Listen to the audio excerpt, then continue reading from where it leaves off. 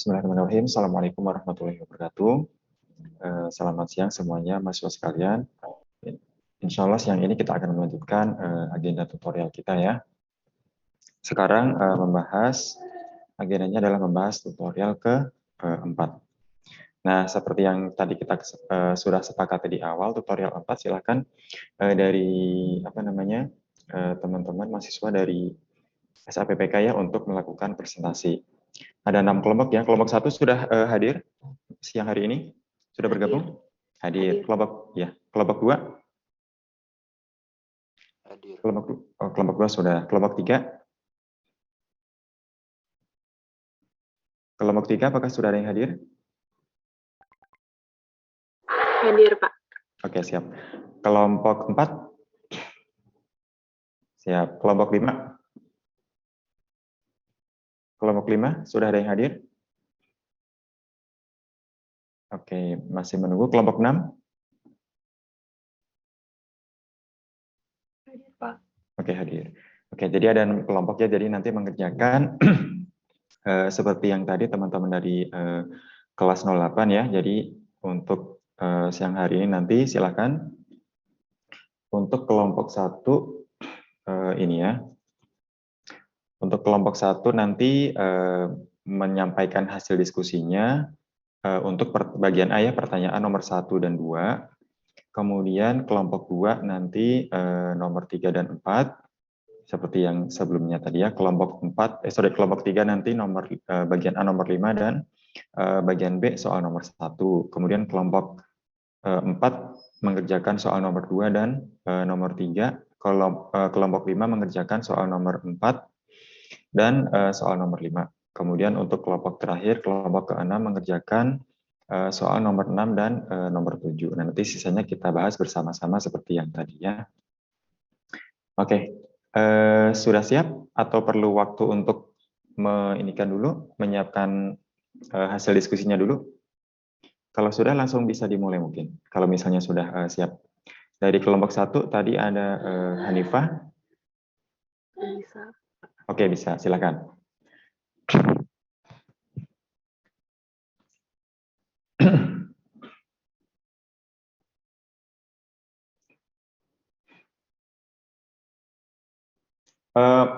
Punten salah satu nanti merecord ya. Salah satu merecord untuk disampaikan ke teman-teman yang lain, jadi supaya terdokumentasikan. Ya, silakan untuk kelompok 1 bisa dimulai. Pertanyaannya buat yang nomor 1, sebuah proton bergerak melalui suatu daerah tanpa percepatan. Ya. Pernyataan berikut manakah yang paling tepat menggambarkan medan listrik E dan medan magnet B di daerah tersebut? Yang A, baik E dan B bernilai 0. Yang B, E bernilai 0 tapi B mungkin tidak 0. Yang C, E dan B mungkin keduanya tidak 0 tapi keduanya harus saling tegak lurus. Okay. Yang D, B harus 0 tapi E mungkin tidak 0. Yang E dan B mungkin keduanya tidak 0 tapi pada arah yang saling berlawanan. Oke, Mangga. Hanifah, gimana hasil diskusinya dengan kelompoknya? Saya ngerjain kok, tapi nggak terlalu yakin sama jawabannya gitu. Oke, nggak apa-apa. Nanti kan kita diskusikan bersama-sama. Ya, gimana ini? Kalau menurut saya jawabannya yang B, yang E bernilai 0, tapi B mungkin tidak 0. Karena untuk medan listriknya kan E sama dengan F per Q. F-nya itu sama dengan M kali A per Q. Karena E sama A-nya itu tegak lurus, dan A-nya 0, maka E-nya bernilai 0. Sedangkan untuk medan magnet itu tidak dipengaruhi besar dari percepatan, tapi arah dari percepatannya, jadi mungkin B-nya nggak 0. Oke, jadi untuk kelompok 1 ini jawabannya berarti yang mana tadi? A, B, C, D, E yang? Yang B. Yang B, coba ke soal lagi. Nah ini ya, kita bahas bersama-sama juga. Sebuah proton bergerak melalui suatu daerah tanpa percepatan. Oke ya, ini tanpa percepatan. Pernyataan berikut manakah yang paling tepat menggambarkan medan E dan medan B di daerah tersebut? Yang A itu baik E dan B bernilai 0 di daerah tersebut. Jawabannya mungkin tidak ya. Kenapa tidak? Karena kalau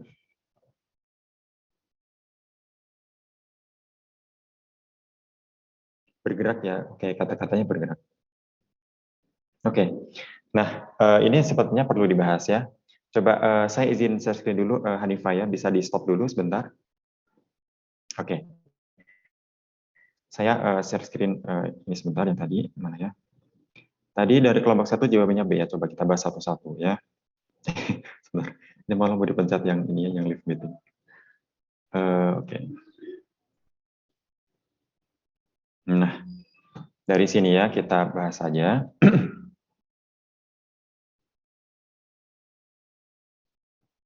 Oke, ini tadi ya. Jadi kita bahas saja. Sebuah proton bergerak, ini ada kata-kata proton. Proton itu adalah partikel bermuatan, kemudian ada kata-kata bergerak. Kalau bergerak berarti kan kecepatannya tidak sama dengan nol ya, kecepatannya tidak sama dengan nol. Melalui suatu daerah tanpa percepatan. Oke, kalau tanpa percepatan berarti di sini kita tuliskan A-nya itu sama dengan nol. Pernyataan berikut manakah yang tepat ya, manakah yang paling tepat menggambarkan medan E dan medan B di daerah tersebut. Oke, ini untuk pembahasannya kita tuliskan. Ini sebetulnya gampang ya, hanya konseptual saja. Dari ini punten kalau di apa namanya pembahasan. Nah, untuk yang pertama dulu, yang poin A, baik E dan B itu bernilai nol di daerah tersebut ya. Ini tidak mungkin. Kenapa tidak mungkin? Karena begini ya, kita tuliskan dulu. Ini ada hubungannya dengan medan elektrostatik di tutorial pertama kemarin ya, kita tuliskan. Untuk medan elektrostatik ya, medan elektrostatik atau medan listrik bahasa kita, elektrostatik itu kita tuliskan E itu kita rumuskan bagaimana, sama dengan 1/4 pi epsilon 0, kemudian apa di sebelah kanannya di sini?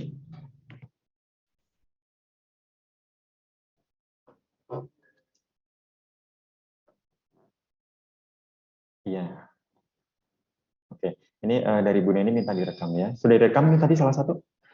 Direkamnya mungkin pakai Windows saja mungkin ya. Sudah ya? Oke, ini kita lanjutkan. E sama dengan 1/4 pi epsilon 0 atau K, kemudian di sebelah kanannya di sini dikalikan dengan apa? Ki, terus per apa ini? Ya, per R kuadrat, arah radial misalnya. Nah, jadi seperti ini. Kalau kita punya suatu partikel bermuatan, pasti di sekitarnya timbul medan. Ya, berarti kalau ada Ki, ya, ada Ki, maka di sekitarnya akan timbul medan. Artinya, kalau kita punya suatu muatan Ki, tadi ya, plus Ki, karena dia proton, maka di sekitarnya pasti akan timbul medan. Ya, di sekitarnya akan timbul medan. Jadi, kita tuliskan, kalau ada Ki, maka di sekitarnya akan timbul medan E. Dan ketika ada Ki, di mana Ki tersebut bergerak ya, di mana Ki tersebut bergerak dengan kecepatan V, maka akan timbul medan B. Nah, akan timbul medan B. Nah, jadi kalau yang pertama, yang A, baik E dan B itu bernilai nol di daerah tersebut, ini jawabannya salah. Kenapa? Ya karena untuk E dengan B itu apa namanya, bisa saja nilainya itu tidak nol. Kemudian untuk yang B, E bernilai nol tapi B mungkin tidak bernilai nol. Oke, B itu kita tuliskan adalah tadi ya.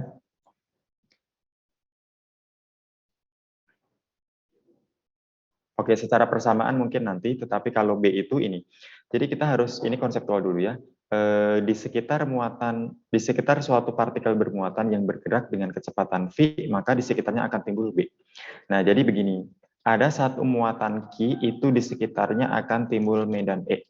Ya, ada suatu muatan Q di sekitarnya akan timbul medan E. Kemudian ketika muatan tersebut bergerak dengan kecepatan V, maka di sekitarnya akan timbul medan B. Nah, seperti itu. Nah, jadi yang B ini juga sedikit lagi ya kurang tepat. E-nya itu tidak mungkin bernilai nol ya. Karena ada muatan itu pasti di sekitarnya akan ada medan elektrostatik tadi. Yang C sekarang. E dan B mungkin keduanya tidak nol, tapi keduanya itu harus saling tegak lurus ya, betul yang ini. Nah, ketika kita meninjau suatu gaya total itu adalah gaya apa namanya? Gaya total dari gaya listrik dengan gaya magnet itu disebut dengan gaya apa? Halo? Gaya total yang merupakan penjumlahan antara gaya elektrostatik dengan gaya magnet itu disebut dengan gaya apa namanya? Gaya?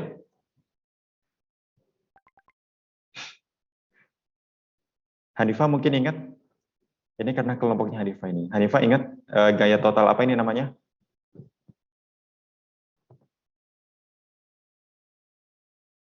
Atau yang lain mungkin ingat gaya total yang terdiri dari gaya listrik dan dengan gaya magnet itu disebut dengan gaya. Iya, betul.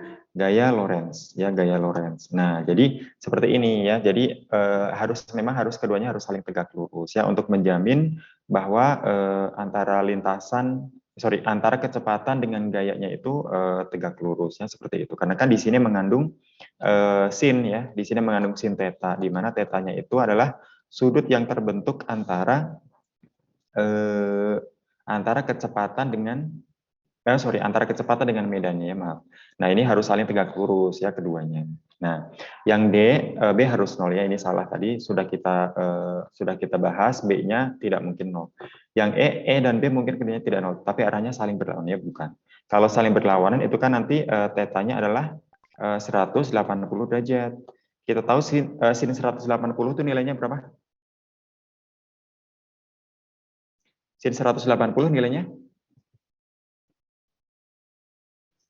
0. Sin 180 nilainya 0 ya. Nah, karena di sini kan tadi kan dikatakan keduanya tidak 0 ya. Jadi tidak mungkin kalau sudutnya itu 180 ya. Nah, ini berarti salah juga. Oke. Berarti jawabannya yang C ya, jawabannya yang C ya seperti itu. Oke, ada diskusi dulu mungkin silakan dari teman-teman yang lain.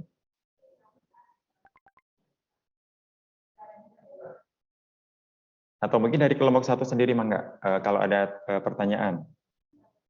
Dari Hanifah dan kawan-kawan, ada diskusi dulu. Kalau tidak, kita lanjutkan ke ke pertanyaan nomor 2. Oke, silakan Hanifah atau yang lain dari kelompok 1 menjelaskan pertanyaan nomor 2. Melanjutkan, silakan. Saya izin share screen ya. Oh ya, Mangga. Alika.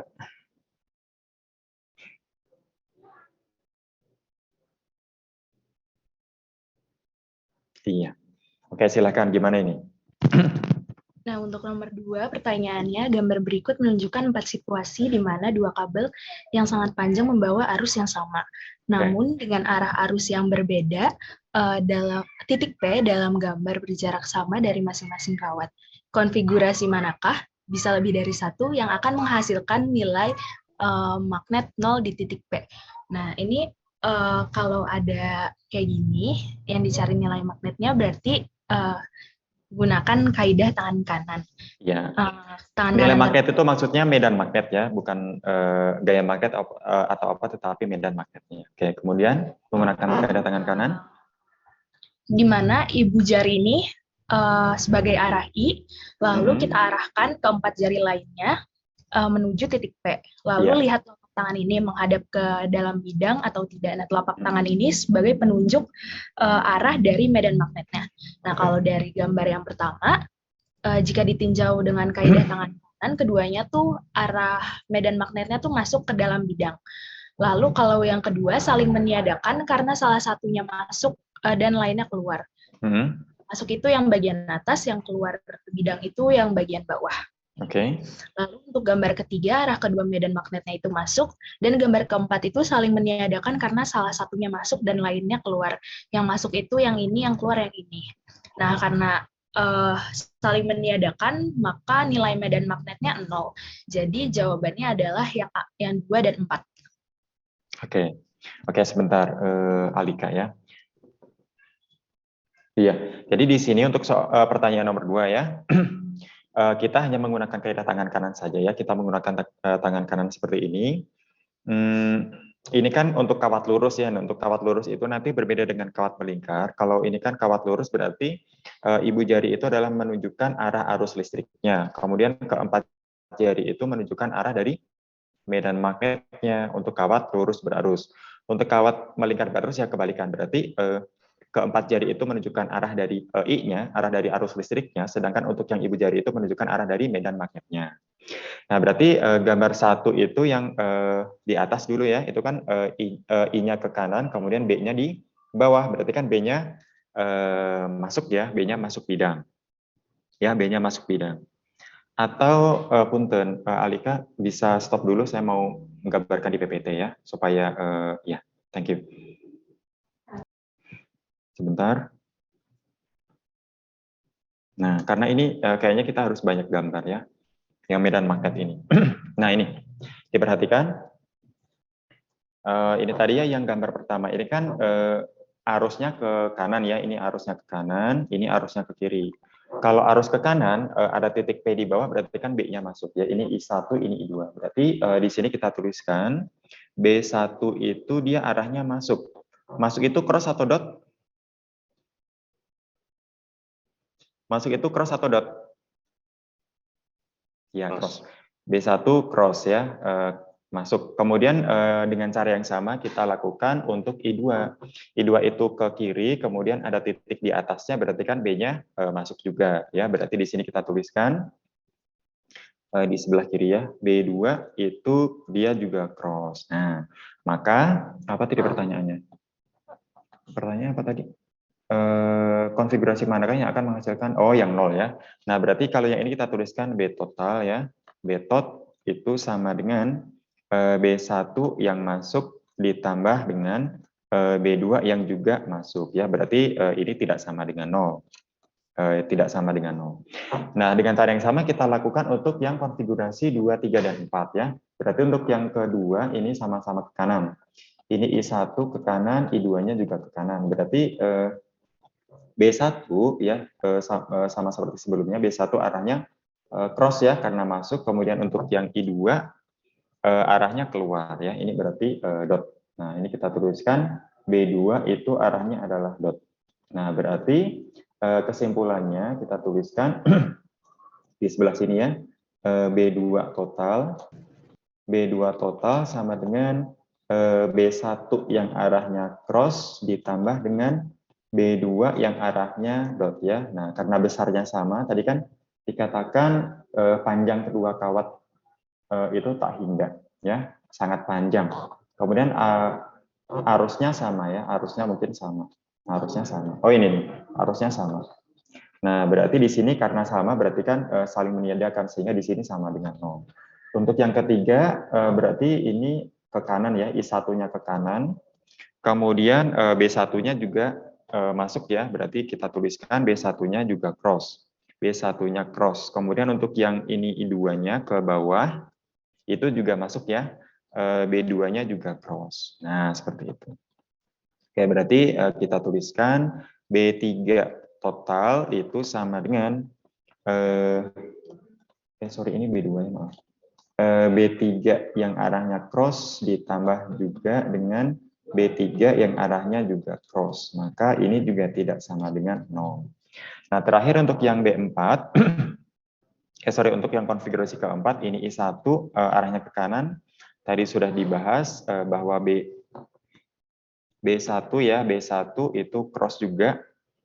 Kemudian untuk I2 ke atas dia dot ya, dia arahnya keluar. Berarti kita tuliskan B2-nya arahnya adalah dot. Nah, berarti untuk B4 totalnya adalah di sebelah sini ya. B4 total itu sama dengan bentar ya, ini suka ke coret. Oke, berapa tadi? B4 ya. B4 yang arahnya B1 maaf ya, maksudnya B1.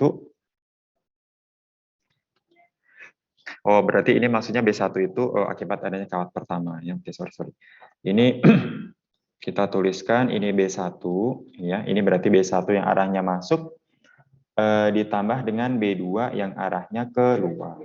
Nah, karena besarnya sama dan arahnya berlawanan, maka dia sama dengan 0. Berarti kalau nilai medan magnet yang sama dengan 0, berarti kita tuliskan B total yang sama dengan 0, berarti itu adalah punyanya B2 dan B4 ya. Nah, seperti itu saja.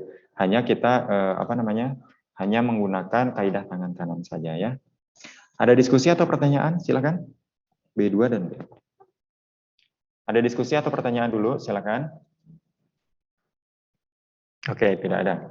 Kalau tidak ada berarti kita cukupkan ya untuk pembahasan nomor 1 dan nomor 2 ya. Thank you kelompok 1 Hanifah dan Alika tadi. Silakan kelompok 2 membahas pertanyaan nomor 3 dan 4. Izin share screen, Pak. Ya, mangga.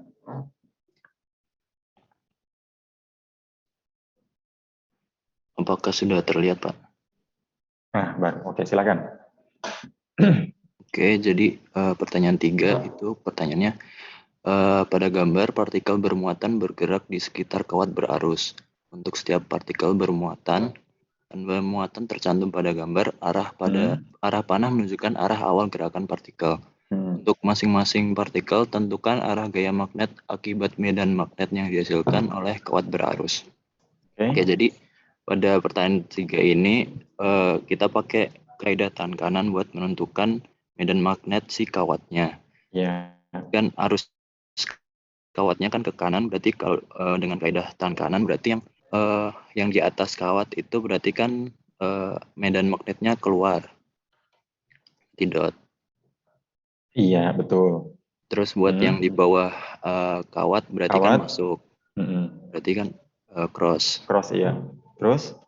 Oke, terus di pertanyaan kita harus menentukan arah gaya magnet akibat medan magnet yang dihasilkan oleh kawat berarus. Berarti untuk yang partikel A, kita juga gunakan kaidah tangan kanan, berarti kan medannya keluar, arah geraknya ke kanan, berarti gayanya akan ke atas. Berarti gaya partikel A ke atas.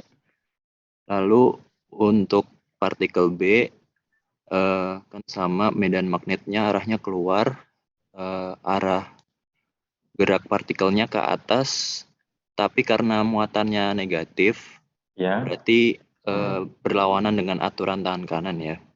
Berarti gayanya ke kanan. Oke, terus? Lanjut untuk yang partikel C, itu pakai kaidah tangan kanan juga, itu kan medan magnetnya ke dalam, arah gerak partikelnya ke kiri, berarti gayanya itu ke bawah. Tapi karena muatannya negatif, berarti kan kebalikan, karenanya gayanya ke bawah. Buat yang partikel D, itu medan magnetnya masuk, arah partikelnya ke atas, berarti gayanya itu ke kanan.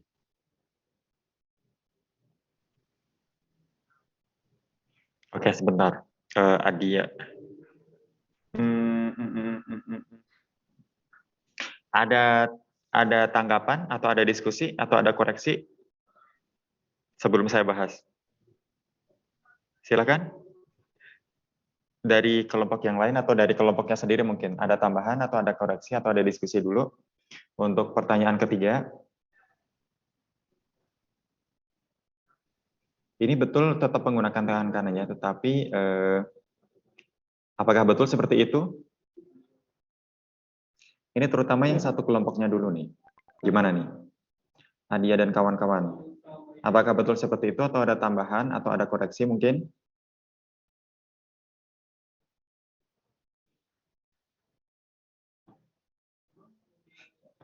Atau dari kelompok yang lain silakan. Kalau ada tambahan.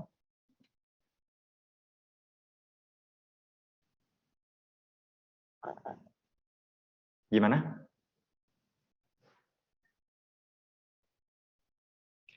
Oke, Adia dan kawan-kawan yakin jawabannya seperti itu? Atau ada yang kebalik? Sebentar Pak, sepertinya kebalik ya. Oke. Nah, kebaliknya yang mana? Semuanya kayaknya kebalik ya. Iya, semuanya kebalik ya. Oke, dibetulkan dulu. Itu dihapus dulu. Dihapus dulu, terus kita bahas satu-satu dari yang partikel dulu. Iya. Oke, ya. Nah, sebentar ya sebelum dituliskan. Jadi untuk pertanyaan ketiga itu betul ya, kita tetap menggunakan kaidah tangan kanan, tetapi kita menggunakan 3 arah karena yang ditanyakan adalah gaya magnetiknya ya, bukan medan lagi tetapi gaya magnetiknya.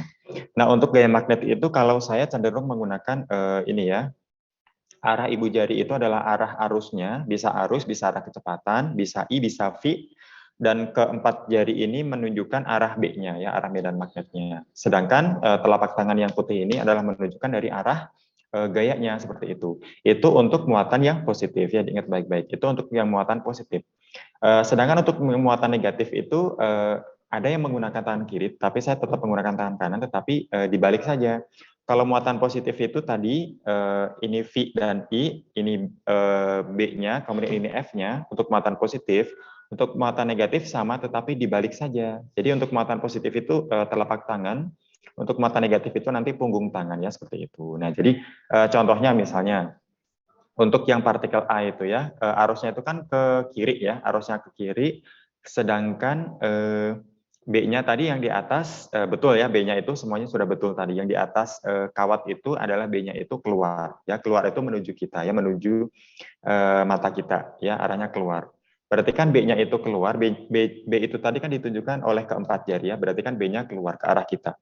Kemudian arah V-nya, ya arah V-nya yang panah berwarna hijau itu, arah V-nya kecepatannya itu ke kanan ya, ke kanan. Berarti kan ke kanan itu adalah V-nya, B-nya itu menuju kita, kemudian arah F-nya itu kan ke bawah untuk muatan positif. Nah, di situ muatannya juga positif, berarti kan arahnya ke Bawah. bawah.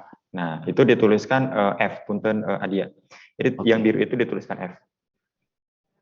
Ya, pakai vektor karena dia arah ya. Oke, good. Nah, oke, silakan dilanjutkan untuk yang partikel B, C, sama D. Oke, berarti kalau yang B itu arah geraknya ke atas, medannya ke arah kita. Tapi karena bermuatan negatif Negatif, berarti berarti ke pakai kiri punggung ya. tangan. Berarti ke kiri. Tadi B-nya itu kan ke kita ya, B-nya ke kita, kemudian V-nya itu ke atas ya, berarti gini. Nah, untuk muatan positif yang telapak tangan itu harusnya ke kanan, tetapi karena dia negatif arahnya ke kiri ya, betul sekali. Itu F-nya ke kiri, oke, good. Yang C sekarang, mangga? Oke, kalau yang C berarti arah V-nya itu ke kiri, medan magnetnya ke dalam, berarti karena negatif pakai punggung tangan berarti ke atas. Iya, jadi yang C tadi kan B-nya ke masuk ya, B-nya itu menuju bidang masuk. Kemudian arah V-nya itu ke kiri, ya seperti ini. Karena dia kalau yang positif kan harusnya ke bawah, tapi karena dia itu negatif, maka pakai punggung tangan ia ke atas ya arahnya. Ya betul ke atas. Satu lagi. Kalau yang D berarti arah V-nya ke atas, B-nya masuk, berarti ke kiri. Iya, B-nya itu B-nya masuk bidang, kemudian V-nya ke atas, F-nya itu berarti karena muatan positif dia ke ini ya, yang telapak tangan maka arahnya kiri. Oke ya, seperti itu ya. Jadi yang itu hanya menunjukkan arah-arah saja, jangan sampai nanti terbalik ya. Oke, ada diskusi dulu atau pertanyaan dulu dari kelompok yang lain, silakan. Untuk pertanyaan nomor 3. Oke, kalau tidak ada kita next ke nomor 4, silakan. Nah, gimana tuh? Oke, untuk pertanyaan nomor 4, dua kawat lurus panjang masing-masing membawa arus I keluar bidang kertas ke arah pembaca. Seperti ditunjukkan pada gambar di samping. Pertanyaan A, gambarkan dengan panah yang sesuai arah medan magnetik pada setiap titik 1 hingga 6. Yang B, di manakah posisi yang menghasilkan nilai medan magnetik 0? Oke. Yang A dulu gimana itu? Oke, yang A kita juga pakai kaidah tekankan lagi. Ya. Itu kan I-nya keluar. Berarti untuk titik 1, 2, dan 3, I-nya keluar, arah medannya itu kan, bentar Pak. Ya ini I-nya itu kan keluar ya, I-nya itu adalah keluar, maka arah B-nya itu berarti kan ke ini ya, berlawan arah dengan jarum jam kan? Iya. Betul ya? Ya, arah B-nya itu dia berlawan arah dengan arah jarum jam. Nah, jadi yang merah itu kan ada digambarkan sama Adia itu kan ada merah sama biru kan? Merah itu akibat adanya I1 atau I2? Yang merah itu I1. Nah, itu dituliskan di situ. Yang merah itu dituliskan itu akibat I1.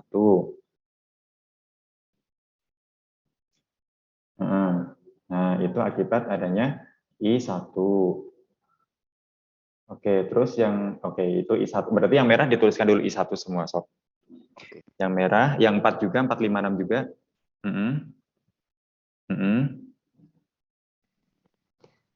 Iya, terus yang biru akibat, nah pakai warna yang biru supaya seragam. Yang biru akibat adanya I2 gitu ya.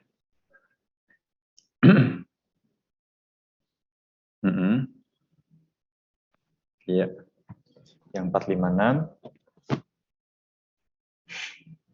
Oke. Ya, oke, good. Nah, terus setelah itu kita harus cek jaraknya juga sebetulnya. Jadi kalau kita menggambarkan kita menggambarkan panjang panah si biru sama si merahnya tadi, panjangnya itu sebetulnya mempengaruhi, kalau kita mau detail ya, panjang panahnya itu nanti mempengaruhi besarnya medan magnet juga. Nah, coba kita tinjau di titik yang satu dulu. Titik yang satu itu dia persis di bawah I1 ya, persis di bawah I1. Itu harusnya yang ke kanan itu kan B-nya tadi kan berlawan arah dengan jarum jam ya. Yang merah itu harusnya lebih panjang daripada yang biru. I2. Nah, yang merah itu harusnya lebih panjang daripada yang I2 yang biru itu. Nah, sehingga kalau kita resultankan, kalau kita jumlahkan maksudnya ya, nah itu masih menang yang ke kanan ya, masih nilainya masih lebih besar yang ke kanan ya, seperti itu. Nah ya, jadi sebetulnya ini masih ada satu tanda panah yang menyatakan resultan lagi. Nah, coba sama Adia sekalian pakai warna apa ya? Hijau atau kuning atau selain biru sama merah, coba. Oke, hijau aja. Boleh, mangga. Nah, itu dari titik pusat satu ini ditarik garis ke kanan. Itu kan resultannya ya. Resultannya lebih panjang. Oke, nggak apa-apa. Ya, nggak apa-apa. Nah, ini B total gitu ya, B resultan akibat adanya I1 dan I2. Oke, ya seperti itu. Jadi itu adalah yang hijau adalah resultannya. Terus sekarang dengan cara yang sama, kita tuliskan yang untuk yang titik kedua. Nah, kalau kita perhatikan, titik 2 itu kan tepat di tengah-tengah antara I1 dengan I2 ya, betul ya? Betul. Ini ya, sebentar mata saya agak sesuai kacamata nih. Oke, titik 2 itu tadi jaraknya sama. Bentar ya, mohon maaf. Iya. Kalau titik 2 tadi kan jaraknya sama. Nah, karena jaraknya sama, maka pengaruh besar medan magnetnya akibat adanya I1 dengan I2 berarti kan sama besar. Nah, oleh karena sama besar dan arahnya berlawanan ya. Nah, oleh karena itu kita tuliskan yang yang di 2 itu berarti berapa B-nya? 0 ya? 0. Ya, karena tadi jaraknya sama, besarnya sama, tetapi berlawanan sehingga resultan B-nya sama dengan 0. Oke. Nah, jadi di situ kita tuliskan B-nya sama dengan 0. Nah, yuk untuk sekarang yang titik ketiga. Nah, titik ketiga itu kebalikan dari titik yang pertama tadi. Itu berarti I1-nya itu tadi ini ya, berlawan arah dengan jarum jam, kemudian I2 itu I2 bagaimana?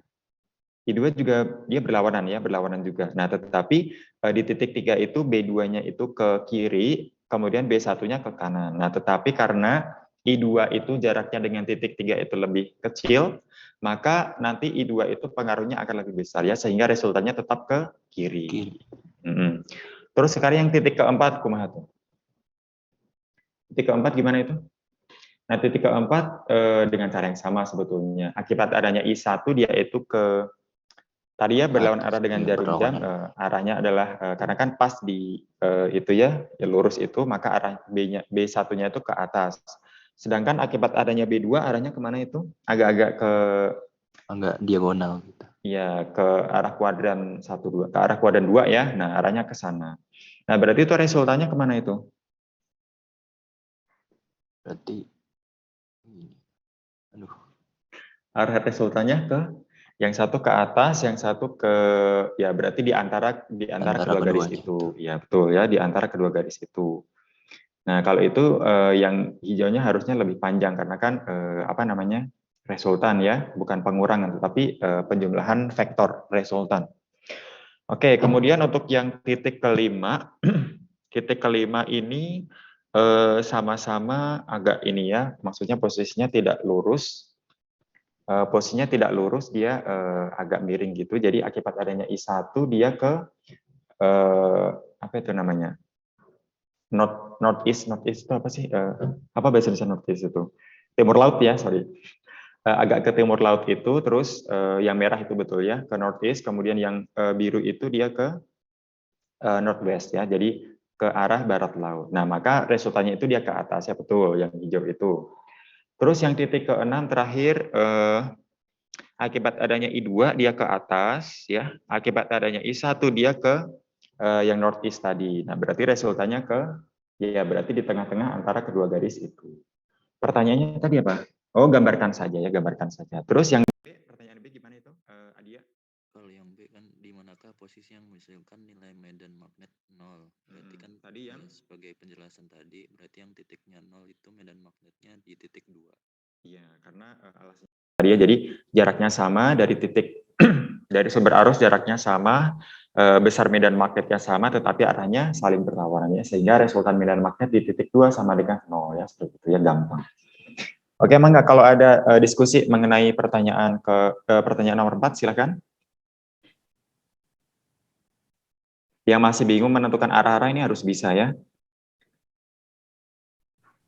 Kan tadi kalau nggak salah dengar tadi disampaikan oleh Bu Neni, materi UTS-nya itu sampai di medan magnet ya. Jadi pasti soal-soal seperti ini keluar gitu ya. Tadi kalau ada menyimak ya, kalau saya tadi kalau nggak salah dengar seperti itu. Jadi yang ini pasti keluar. Dan ketika ujiannya luring itu ini ya, ujiannya luring itu cuma sedikit ya, cuma 4 atau 5, tetapi lebih pusing daripada ujian yang online yang kemarin hanya ABCD itu ya, sepertinya. Oke, kalau nggak didiskusi kita cukupkan ya. Oke, thank you Adia dan kawan-kawan. Oke, baik. Terima kasih Pak revisi. Ya, sama-sama. Ya. Kita lanjutkan ke pertanyaan nomor 5 ya. Silakan kelompok 3 berarti. Enggak. Kelompok 3 soal pertanyaan nomor 5 sama soal nomor 1. Silakan.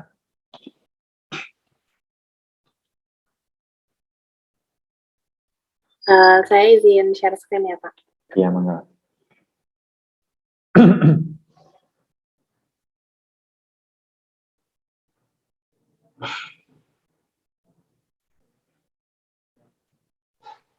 Sudah terlihat? Iya, sudah. Oh, ya. Jadi yang nomor 5 itu pertanyaannya ada, apakah magnet akan menarik semua benda-benda logam seperti aluminium atau tembaga? Jelaskan mengapa demikian. Jawabannya enggak, karena bahan-bahan logam itu punya sifat-sifat yang beda, ada 3 jenisnya. Yang pertama di ferromagnetik itu tuh bahan yang tertarik sangat kuat oleh magnet, contohnya besi, nikel, kobalt. Terus ada paramagnetik, itu bahan yang tertarik magnet dan ada yang lemah, contohnya aluminium sama mangan. Sama yang terakhir ada diamagnetik, itu nggak tertarik sama magnet, contohnya emas, perak, seng, dan tembaga. Oke, jadi sebentar ya. Pertanyaan nomor 5 itu, apakah magnet akan menarik semua benda-benda logam seperti aluminium atau tembaga? Jelaskan mengapa demikian. Betul. Jadi untuk benda-benda magnetik ya itu ada 3 ya, jenisnya itu ada 3, ferromagnetik, paramagnetik, dan diamagnetik ya. Ferromagnetik itu kalau di skala mikroskopik ya, kalau di skala mikroskopik itu, nah ini penting untuk nanti teman-teman mahasiswa kalau yang Anda mau masuk ke MT ya, ke teknik material ini harus tahu. Material sama AE ya biasanya. Kalau ferromagnetik itu dari sananya, dari bahannya sendiri itu dia memang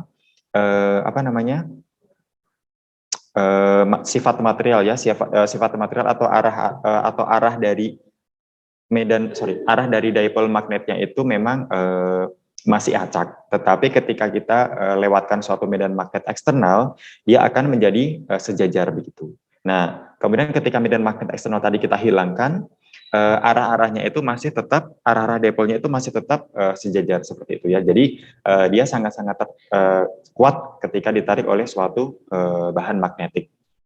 Nah, untuk yang paramagnetik itu dia peralihan ya. Jadi dia itu ketika diberikan suatu medan magnet eksternal, dia itu akan searah ya, arah-arah dipolnya, tetapi ketika dia dihilangkan, dia menjadi acak kembali ya. Jadi gaya tarik ke magnetiknya itu cukup lemah.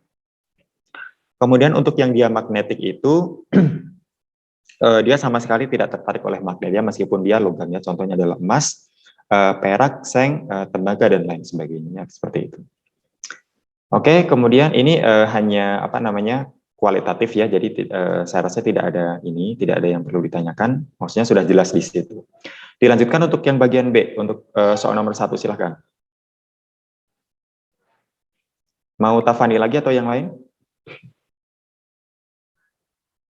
Saya lagi aja, Pak. Oke, mangga. Jadi yang B nomor 1 itu soalnya dua partikel bermuatan bergerak ke arah yang sama dalam daerah dengan medan magnet yang sama.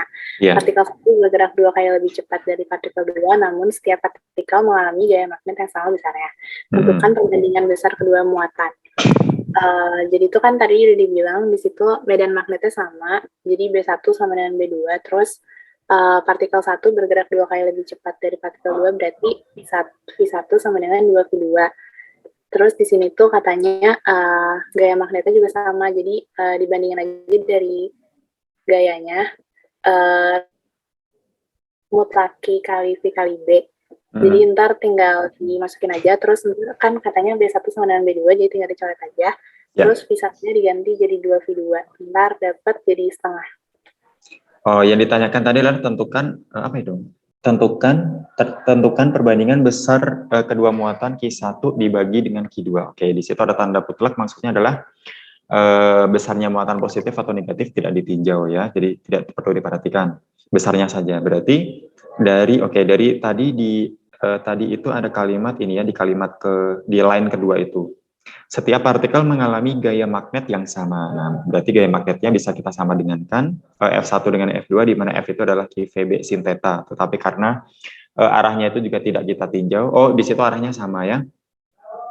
Arahnya sama, berarti sin theta-nya bisa kita eliminasi kanan kiri. Kemudian B-nya juga sama tadi di line 1 itu, bisa kita hilangkan kanan kiri B1, B2. Terus untuk V2-nya tadi, partikel 1 bergerak dua kali lebih cepat dari V2. Oke, berarti V1 sama dengan 2V2. V2-nya kita eliminasi sehingga 2Q1 sama dengan Q2. Ya, yang ditanyakan adalah perbandingan Q1 dengan Q2. Maka ya betulnya setengah. Ya, ini gampang sekali. Oke, ada diskusi dulu untuk soal nomor 1, silakan. Oke, tidak ada. Kalau tidak ada, kita cukupkan. Thank you, Tafani dan kawan-kawan atas presentasinya. Terima kasih. Ya, sama-sama. Kita lanjutkan ke kelompok berapa sekarang? 4 ya, kelompok 4 silakan. Kelompok 4 membahas soal nomor 2 dan 3.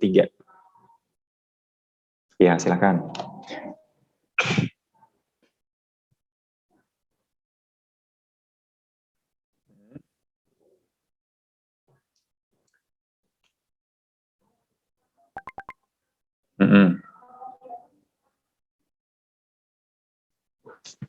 Oke.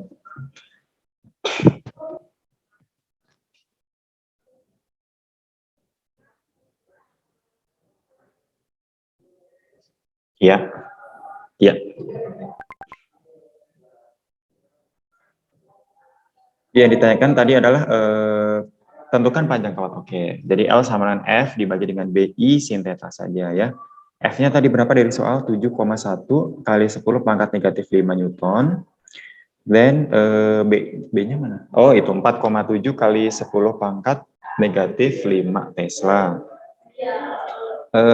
I-nya tadi 0,66, kemudian sin 58 derajat. Oke, di situ I-nya mendekati, L-nya mah. L-nya itu mendekati 2,7. Oke, 2, itu meter atau apa satuannya? Iya, meter. Ya, jadi ditambahkan mungkin, karena ini direkam ya, jadi biar teman-temannya ini. Ya, diketikkan di situ langsung. Ya, oke. Jadi L-nya itu mendekati 2,7 meter ya, seperti itu. Ya, mudah saja. Oke, ini saya kira tidak ada pertanyaannya karena juga sudah cukup jelas. Maksudnya kita tidak menggunakan kayak tangan kanan atau apapun, jadi tinggal secara kuantitatif langsung dihitung nilai-nilainya ya. Kemudian dilanjutkan untuk soal nomor 3, mangga. Oleh siapa nomor 3? Anugerah lagi atau yang lain? Oke, boleh, mangga. Silahkan.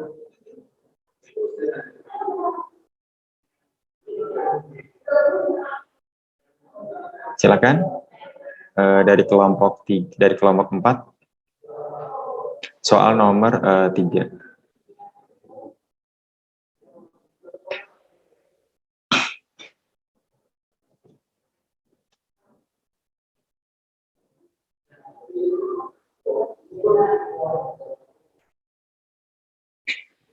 Mana ini?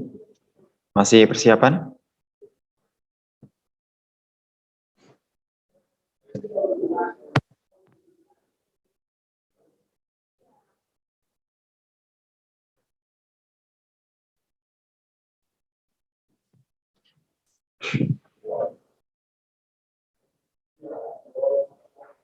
Silakan yang lain.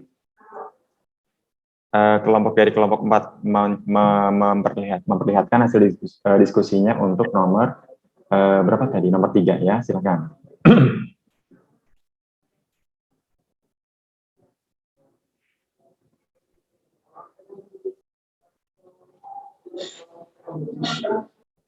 Masih ada kendala atau gimana? Soal nomor 3.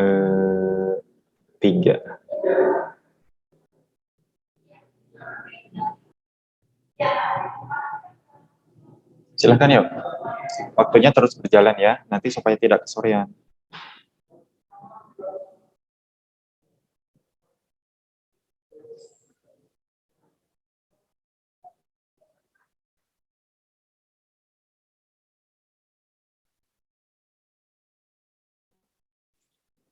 Tidak ada yang tampil?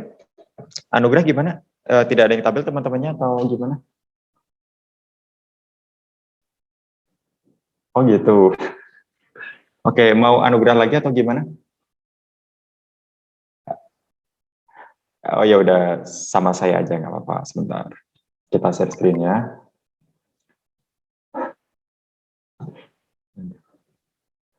Sebentar. Nomor berapa tadi? 3 ya. Oke.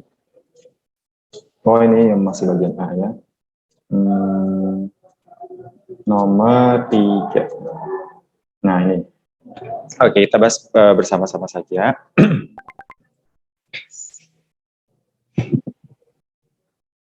Gambar berikut menunjukkan ini ya. Gambar berikut menunjukkan lintasan sebuah partikel elektron atau proton di dalam suatu daerah medan magnetik beserta vektor kecepatan dan gaya yang dialaminya. Besarnya gaya yang dialami partikel adalah 3,9 kali 10 pangkat minus 15 Newton. Besarnya muatan partikel adalah 1,6 kali 10 pangkat negatif 19 Coulomb. Dan besarnya medan magnetik adalah 4,5 mili Tesla ya. 4,5 mili Tesla. Dari gambar yang A, dari gambar tersebut tentukan jenis muatan partikel. Oke. Jenis muatan partikel itu kita ini tapi besarnya saja ya. Jadi negatif atau positifnya belum tahu, berarti dari sini saja ya. Kita tadi gunakan kaidah tangan kanan lagi. Jadi ini katanya B-nya itu cross ya, ini adalah cross, artinya adalah masuk ke dalam bidang ya, into paper.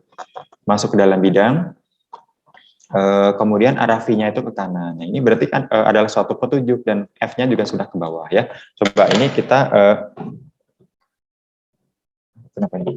Oke, ini kita pakai tangan kanan lagi ya, coba. B-nya itu masuk ya, B-nya itu masuk bidang, kemudian V-nya itu ke kanan, F-nya itu ke bawah ya, berarti kurang lebih begini. Ini berarti, sorry, gimana tadi? B-nya itu dia masuk, kemudian V-nya itu ke, betul ya, B-nya itu masuk ke dalam, V-nya itu ke kanan, kemudian F-nya ke bawah. Ini berarti muatan apa kira-kira, positif atau negatif?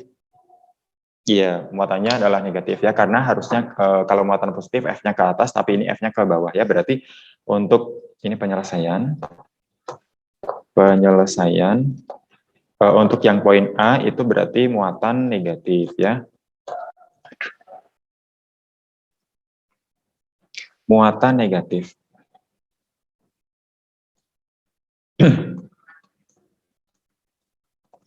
Ya, berarti dia elektron ya, seperti itu.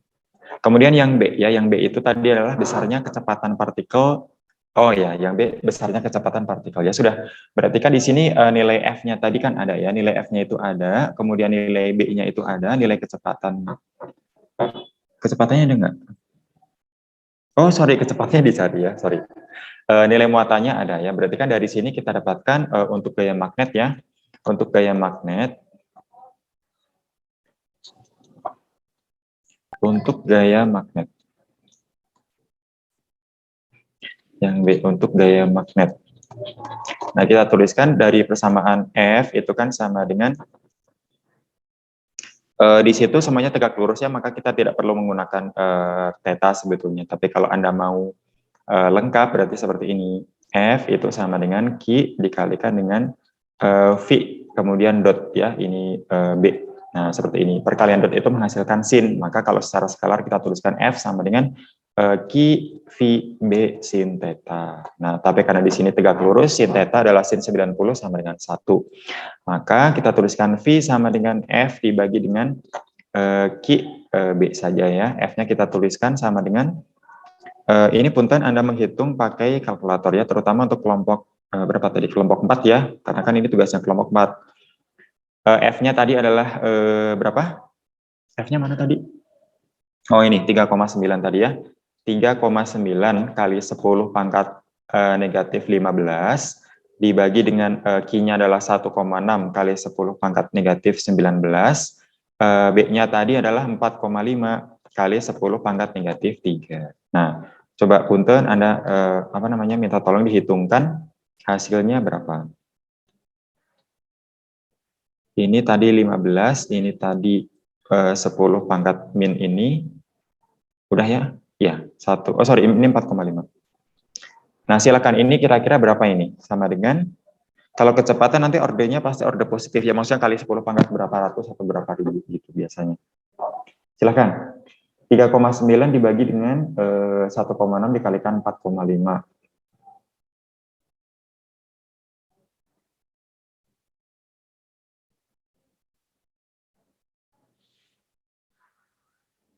Berapa hasilnya? Salah satu punten minta tolong untuk dihitungkan supaya lebih cepat saja ya. Kali atau udah?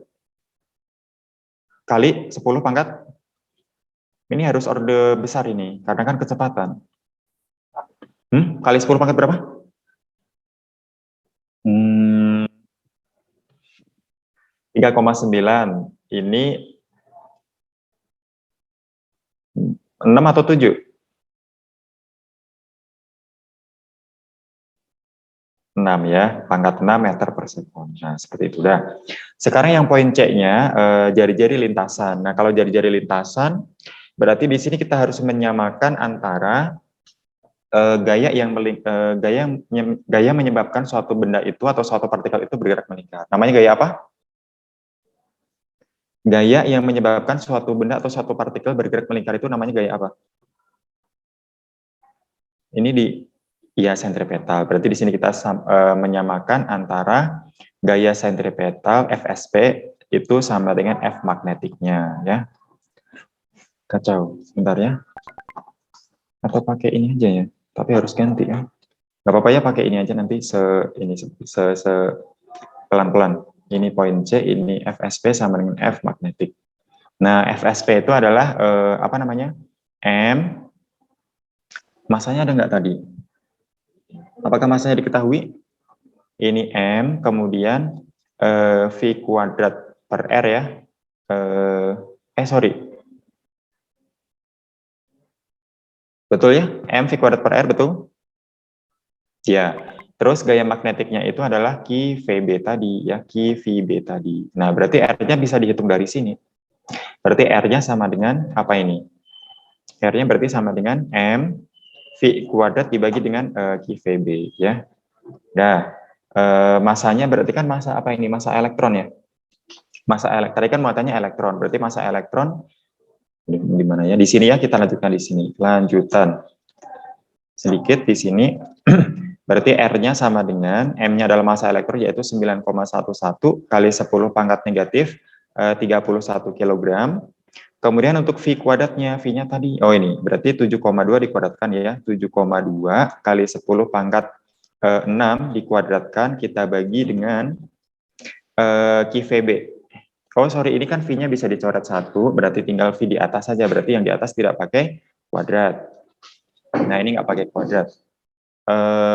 Terus dibagi dengan Q dengan B saja ya. Ini 10. Q-nya tadi adalah, berapa tadi? Q-nya 1,6 kali 10 pangkat min 19 dikalikan dengan B-nya. B-nya adalah 4,5 kali 10 pangkat minus 3. Nah, silakan punten dihitung. Ini hasilnya berapa? Jari-jarinya berapa? Dalam satuan meter ya.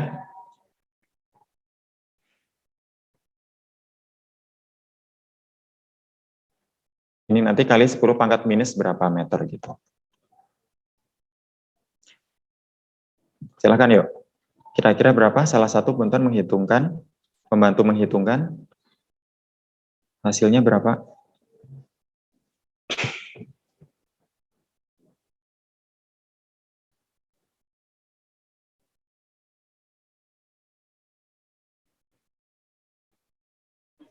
Dua 2,733 kali 10 pangkat min 2. Bisa diulang 2,733 kali 10 pangkat min 2.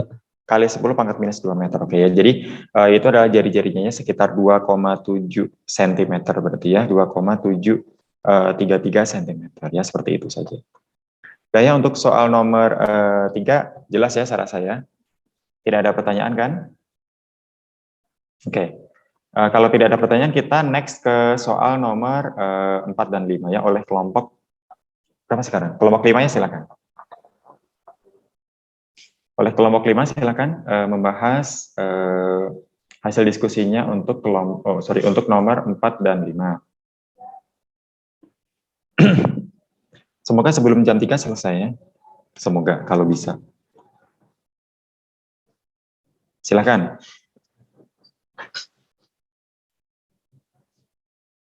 Kelompok 5 mana?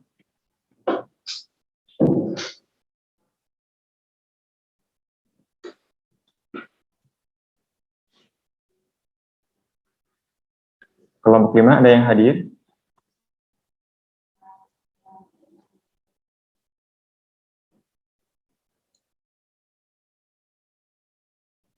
Kelompok 5 silakan.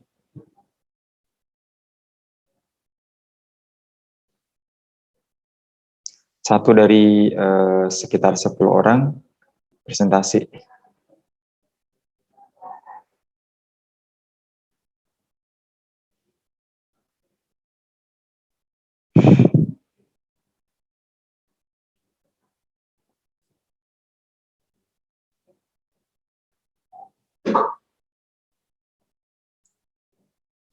Kelompok 5 mana? Sudah ada kelompok 5?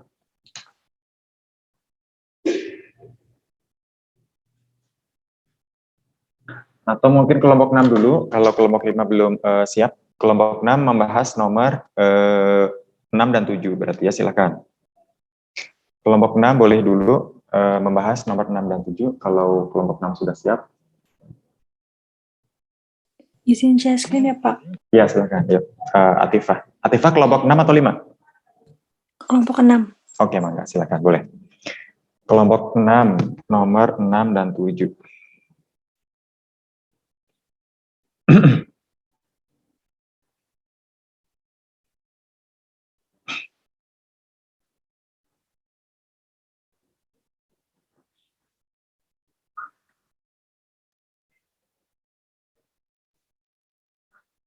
Iya, silakan.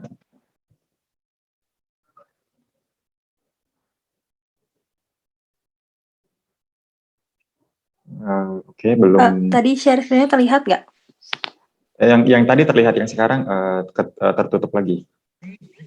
Nah ini nih baru. Yang ini udah terlihat. Iya ya udah. Silakan Mangga. Oke. Saya mau menjelaskan nomor 6. Yang nomor selanjutnya dijelaskan oleh teman saya yang lain. Oke, boleh, silakan. Untuk yang nomor 6, soalnya sebuah elektron bergerak melalui sebuah daerah yang mengandung medan magnet sebesar 8,7 kali 10 pangkat 4 Tesla. Minus 4 ya, minus 4 Tesla. Terus? Minus 4. Elektron hanya mengalami gaya magnet dan besar percepatannya 3,5 kali 10 pangkat 14 meter per second kuadrat. Pada saat tertentu, elektron memiliki kelajuan 6,8 kali 10 pangkat 6 meter per second. Tentukan sudutnya kurang dari 90 derajat antara arah kecepatan elektron dan arah medan magnet. Ini sebenarnya soalnya nggak perlu dianalisis atau sebagainya karena bisa langsung dimasukin ke rumus. Jadi ditulis dulu yang diketahuinya itu ada medan magnet 8,7 kali 10 pangkat min 4 Tesla, terus kelajuannya segini, terus massa elektron, muatan elektron, dan percepatannya. Yang bisa dilihat di sebelah sini. Terus ditanyanya sudut antara arah kecepatan elektron dan arah medan magnetnya. Medan magnetnya, dimasukin aja ke rumusnya. A sama dengan F per M. F itu bisa dijabarkan sebagai mutlak Q dikali V dikali B-nya itu medan magnet dikali sin theta per M. Terus sin theta-nya dipindah ruasin. Terus jadinya A-nya juga dipindah ruaskan. Habis itu sama dengan M dikali A per mutlak Q dikali V dikali B. Terus substitusi aja yang diketahui, didapatkan hasilnya 0,3365. Terus itu masih sin tetanya ya? Iya, itu masih sin theta. Terus cari yang ditanya kan sudutnya. Berarti di arc sin atau di sin inverse. Iya. Jadinya hasilnya segini. Itu ada itu tadi sudutnya lebih dari atau kurang dari 90 derajat yang diminta? Oh, di soal kalau nggak salah kurang dari ya, salah nulis ya? Kurang dari ya, betul? Oh iya, ini salah. Betul ya, tapi kurang dari ya?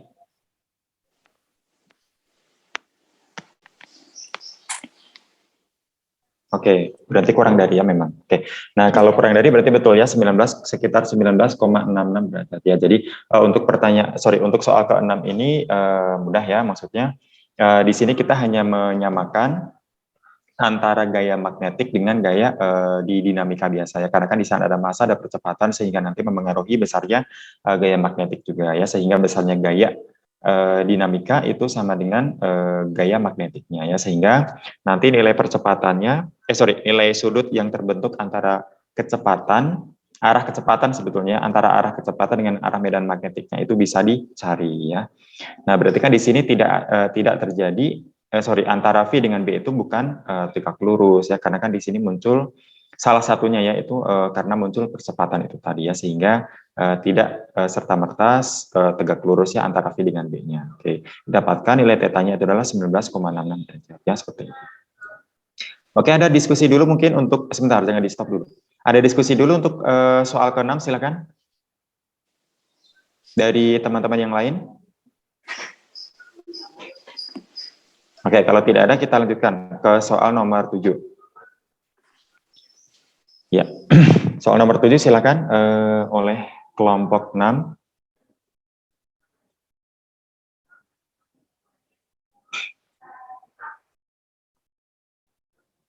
Siapa yang mau menyampaikan? Soal nomor 7, silakan.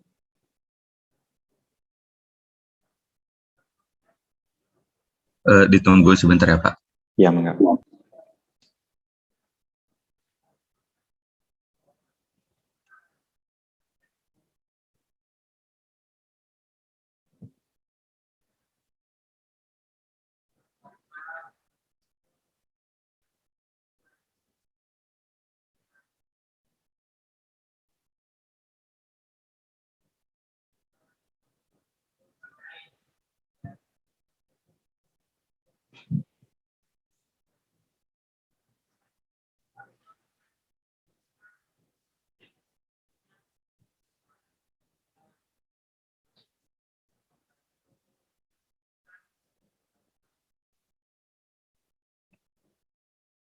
Nah, silakan. Apakah udah kelihatan, Pak? Udah. Jadi dibaca dulu soalnya. Sebuah partikel yang bermuatan Q sama dengan plus 5,6 mikrocoulomb terletak di pusat 000 dari suatu koordinat. Di ruang tersebut terdapat sebuah medan listrik EX sama dengan plus 245 N per coulomb. Sepanjang sumbu X seperti ditunjukkan pada gambar, sebuah medan magnet juga ada di area tersebut dan memiliki komponen sumbu X dan Y berturut-turut sebesar 1,8 E dan 1,4 T. Kemudian ditanyakan, tentukan besar dan arah gaya yang dialami oleh partikel akibat kehadiran ketiga medan tersebut ketika partikel tersebut dalam kondisi A stasioner, kemudian yang B bergerak sepanjang sumbu X dengan kelajuan 375 m per s, kemudian yang C bergerak sepanjang sumbu Z dengan kelajuan 375 m per s. Nah, dari yang A dulu, stasioner atau tidak bergerak. Nah, karena si Q-nya itu nggak bergerak ya Pak, jadi gaya yang diakibatkan magnet itu 0, soalnya kan rumusnya QV kali B ya. Nah, V-nya 0. Nah, makanya gaya akibat magnetnya itu tidak ada. Akan tetapi di situ ada gaya akibat medan listrik. Iya, betul. Bisa diformulasikan F vektor sama dengan QE. Nah, kemudian dimasukkan data-datanya 5,6 kali 10 pangkat 6 kolom kali 245 N per kolom. Nah, jadi hasilnya 1,372 kali 10 pangkat 3. Karena si Q-nya ini positif dan si medannya itu ke arah kanan, jadi ngikut ke arah medan ya Pak ya? Iya. Jadi si arah gayanya itu menuju plus X. Iya. Oke, jadi begini, Ihza dan kawan-kawan, betul untuk yang 7A itu perhitungannya betul ya, karena stasioner, maka satu-satunya gaya yang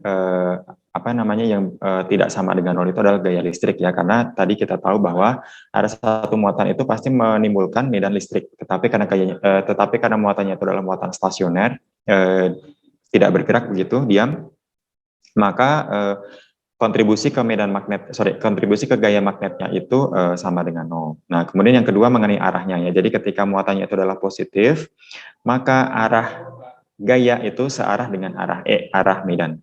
Tetapi kalau muatannya itu negatif, maka arah gaya itu berlawanan arah dengan kebalik.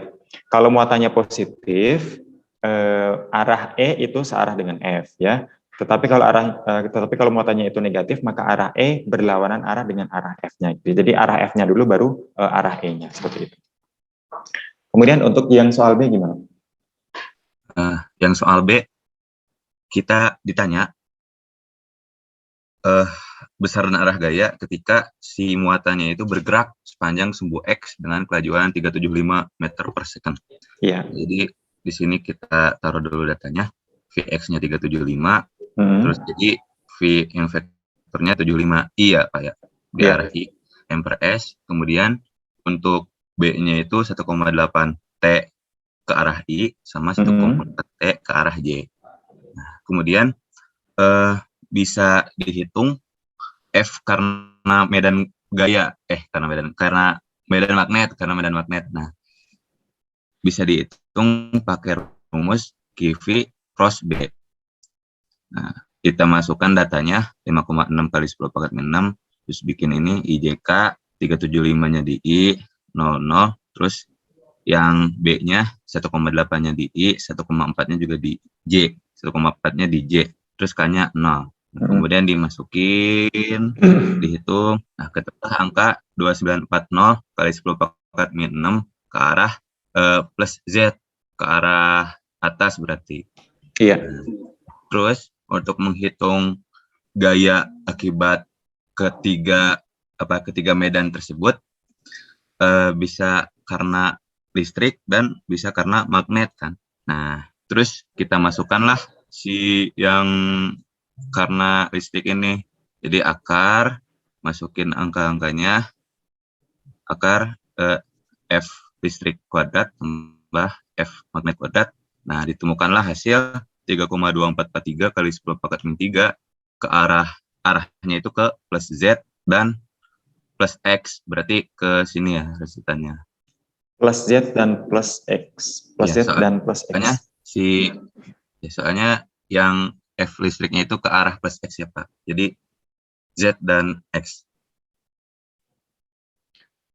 Sebentar, untuk yang B dulu ya, ke bawah sedikit. Nah, stop. Di situ kan kita mencari gaya magnetnya dulu. Jadi F sama dengan Q V cross B ya. V cross B itu adalah perkalian vektor antara vektor kecepatan dengan vektor medan magnetnya. Di sini IJK-nya itu 375 itu berarti yang kecepatannya ya. Kemudian untuk 1,8 dan 1,4 itu adalah medan magnetnya. Oke, tinggal di-crosskan. Berarti hasilnya adalah ini untuk angkanya saya mengikuti ya, karena yang ada yang sudah menghitung. Angkanya adalah 525 arah K ya. Jadi kalau I cross I itu 0, I cross J itu hasilnya adalah K, Ya, berarti hasilnya betul ya Kak, 525 arah K. Berarti 3,75 hanya kita kalikan dengan arah J saja sebetulnya. Kita kalikan dengan arah yang 1,4 itu.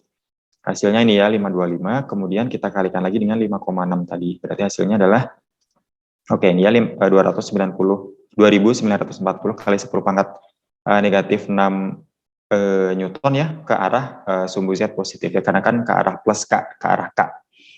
Nah, kemudian untuk medan totalnya apakah perlu coba ke atas sebentar. Tadi ke atas sebentar, pertanyaannya itu apa tadi? B bergerak sepanjang sumbu X. Pertanyaannya itu tadi apa? Tentukan besar dan arah. Oh, besar dan arah. Oke, kalau misalnya besar berarti kan dia hanya ini. Coba ke bawah lagi. Oke, ke bawah lagi. Oke. Di sini F total sama dengan F listrik ditambah dengan F magnetnya. Tapi kok pakai itu ya?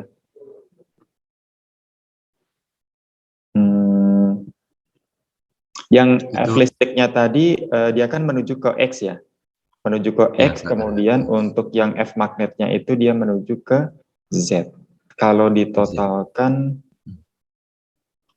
sebentar, kalau kita totalkan FE-nya itu, yang elektrik itu ke X, kemudian FM, F magnetiknya itu ke Z. Kalau ditotalkan seperti itu,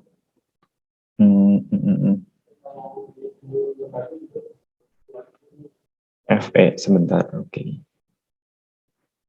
Yang C juga sama ya, yang C itu adalah bergerak sepanjang sumbu Z dengan kelajuan 375. Oke, yang B itu sama dengan yang C ya, tapi sebentar dulu, yang B dulu. Yang B, yang lain ada ini, ada masukan atau ada koreksi atau ada diskusi dulu untuk yang soal B. Apakah maksudnya apakah menggunakan resultan seperti itu atau dijumlahkan secara biasa ya?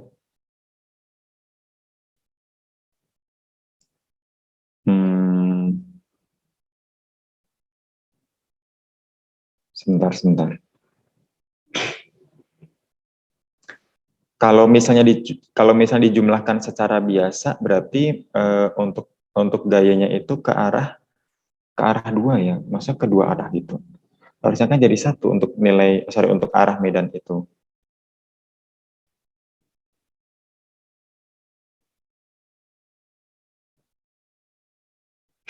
Sebentar. Yang lain mungkin ada ada koreksi atau ada masukan atau sama semua? Seperti itu cara mengerjakannya atau bagaimana?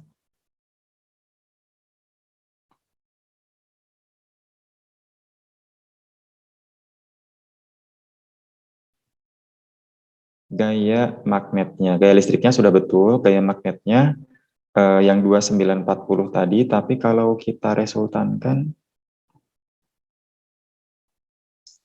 gaya total ya, yang ditanyakan itu adalah tentukan besar dan arah gaya yang dialami oleh partikel akibat kehadiran ketiga medan tersebut. Ketika bergerak sepanjang sumbu X dengan kelajuan itu.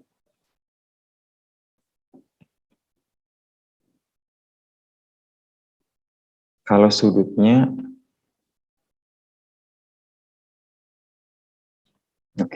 tetapi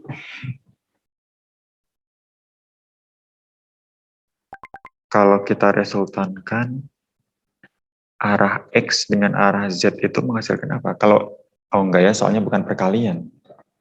Oke, nah yang B sebentar ya, yang B itu sampai di 2940 itu sudah betul ke arah sumbu Z positif itu ya. Nah, yang ini itu agak sebentar, yang ini tuh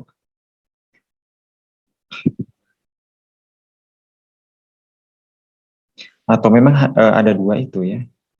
Kalau misalnya resultan, nggak apa-apa ya, kita keep dulu yang ini ya, kita keep dulu yang ini. Terus yang C gimana, Iza?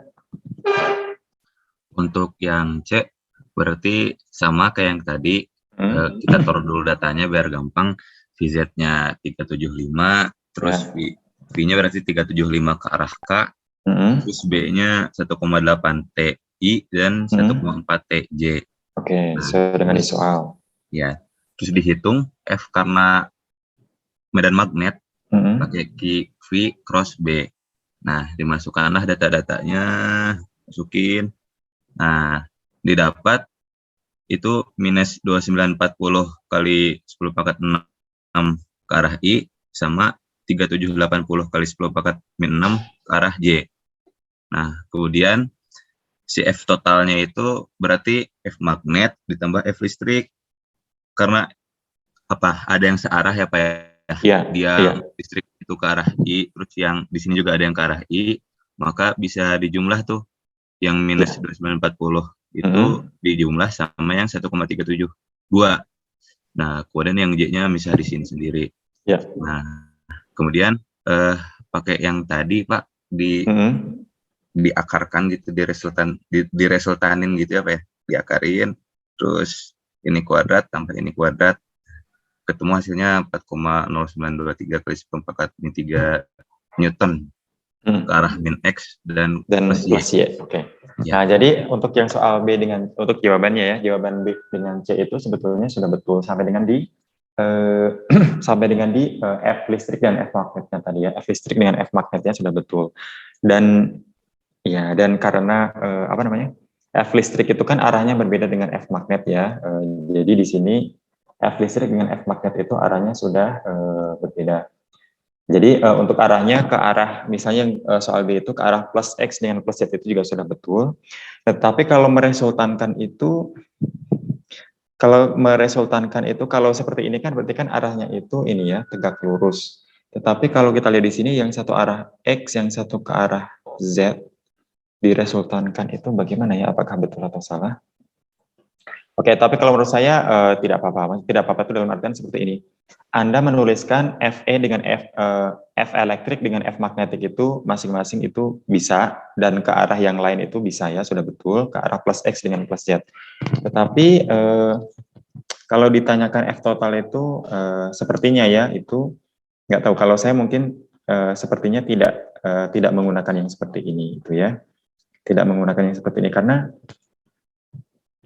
F magnet dengan F listrik diresultasikan seperti itu, apakah bisa? Oh, karena ini apa ya, yang satu datar, yang satu ke atas gitu kan sih Pak? Ya, jadi apa ya istilahnya itu kan berbeda arah gitu, berbeda arah. Kalau misalnya arahnya berbeda arah dan misalnya ada sudutnya itu, nanti kita gunakan yang resultan vektor itu. Jadi misalnya katakanlah R atau resultan itu sama dengan akar dari misalnya A kuadrat plus B kuadrat plus 2AB, minus 2AB cos theta itu loh. Nah, misalnya menggunakan seperti itu. Tapi kalau ini, oke, kurang tahu ya, nggak apa-apa. Tapi nanti cukup Anda mengerjakan yang FE dengan FM gitu ya, sampai dengan di arahnya masing-masingnya, tidak apa-apa seperti itu. Oke. Ya, oke, yang lain silakan kalau ada diskusi dulu untuk soal nomor 7. Permisi Pak, mau tanya Pak. Ya, mangga. Gimana, Dafa? Berarti nanti jawaban akhirnya kayak vektor gitu ya Pak, yang X tambah Y gitu, tapi masuk X tambah Z kalau di soal ini. Iya, jadi F. Iya, jadi sendiri-sendiri, maksudnya sendiri-sendiri itu F akibat adanya, F listrik itu sama dengan sekian arah apa, kemudian F magnet itu sama dengan sekian arah apa gitu. Nah, kalau kita jumlahkan seperti ini tuh biasanya harus ada sudutnya ya, maksudnya keduanya itu kan vektor ya, kemudian membentuk sudut tertentu misalnya. Nah, itu tadi kita gunakan yang arah resultannya, yang akar dari tadi loh, A kuadrat plus B kuadrat dikurang 2AB cos theta itu. Nah, kalau seperti ini, nggak tahu apakah bisa atau tidak ya. Atau yang lain ada pendapat mungkin? Jadi kalau menurut saya kesimpulannya ya, sampai dengan di masing-masing Fe dengan Fm saja gitu ya. Jadi gaya listrik dan gaya magnetnya itu berapa, ke arah masing-masingnya apa. Gitu. Kalau menurut saya ya. Begitu mungkin Dafa. Oke Pak. Iya. Yang lain silakan kalau ada pertanyaan atau diskusi lagi. Oke. Kalau tidak ada kita cukupkan untuk kelompok 6. Oke, thank you Iza dan siapa tadi, Atifa ya, atau siapa tadi yang presentasi, saya lupa, atas presentasinya ya. Terima kasih Pak. Ya, sama-sama. Silakan kelompok 5 tadi belum belum muncul kelompok 5. Belum ada respon dari kelompok 5. Sudah hadir kelompok 5? Kelompok 5 apakah sudah hadir? Oke, sambil menunggu kelompok 5, kita lanjutkan saja nomor 8, 9, 10. Sebentar ya, oleh saya saja. Nomor 8, nomor 3, nomor 4, nomor 5, nomor 6, nomor 7, nah nomor 8 ya. Nah, ini. Oke, untuk soal nomor 8, diperhatikan baik-baik. Gambar di samping menunjukkan loop tertutup dengan kuat arus I sama dengan 2 ampere. Loop terdiri dari setengah lingkaran dengan jari-jari 4 meter dan 2 buah seperempat lingkaran dengan jari-jari 2 meter. Ya. Dan 3 kawat lurus radial. Tentukan besar dan arah medan magnet total di pusat lingkaran bersama dari sistem tersebut. Oke, untuk penyelesaiannya, oke ini juga mudah ya, penyelesaian untuk kawat ini ya kita tuliskan dulu untuk rumusnya ya. Untuk sistem arus ya, untuk sistem arus itu kan tadi ada 2 yang saya sampaikan di awal tadi, ada akibat adanya arus bukan arus ya, kawat lurus berarus maksudnya ya, kawat lurus berarus. Ini kawat lurus berarus, kawat lurus berarus. Nah, di sini kita tuliskan B ya, B itu sama dengan mu 0 I, kacau. B sama dengan, sebentar ya, B sama dengan mu 0 I per 2 pi R, di mana R itu merupakan jarak antara titik pengamatan, dan ini arah radial karena B-nya kita tuliskan tanda vektor. R itu merupakan jarak antara arus dengan titik pengamatannya. Nah, yang kedua itu adalah kawat melingkar berarus ya. Kita tuliskan saja untuk kawat melingkar. Ini rumusnya hampir sama ya, tetapi tidak ada pi-nya. Berarti kan B itu sama dengan mu 0 I per 2. Betulnya per 2R saja, ini arah radial. Nah, misalnya seperti ini. Nah, berarti dari persamaan ini akan kita gunakan untuk menentukan medan magnet total di sistem yang di sebelah kanan atas itu. B sama dengan mu 0 I per 2R. Nah, oke, ini kita tuliskan dulu, kita berikan tanda panah. Ini misalnya saya buat, ini kan arusnya ke sana ya. Ini misalnya saya buat, ini adalah titik A, ini titik B, kemudian di sini titik C, ini titik D, ini titik E, terakhir di sini titik F. Nah, misalnya seperti ini. Yang ditanyakan itu adalah medan magnet di pusat. Di pusat itu berarti kan di sini ya. Saya buatkan dengan warna yang lain lagi. Ini adalah titik pusatnya di sini. Udah kurang kelihatan. Warna hitam misalnya ya.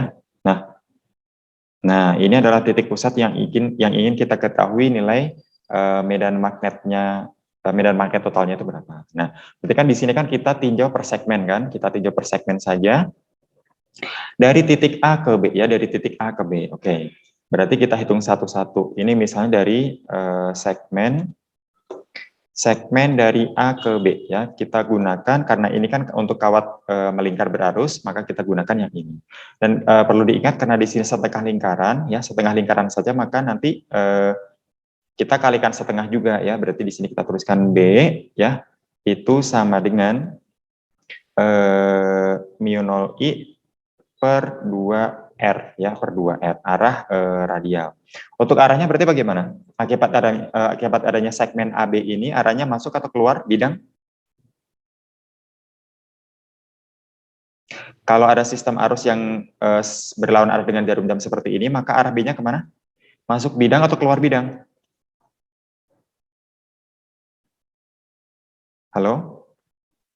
Keluar bukan, Pak?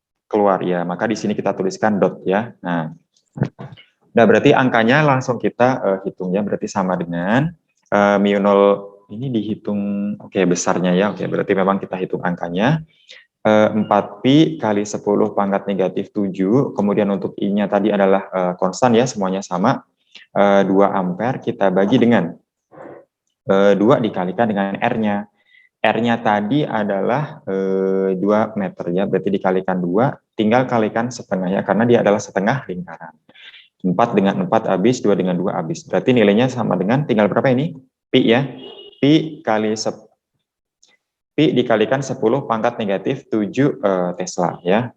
Kita tuliskan nilainya adalah Pi kali 10 pangkat negatif 7 Tesla dengan arah ke luar. Nah, segmen yang AB sudah ketemu. Nah, untuk segmen BC berarti kira-kira bagaimana segmen BC?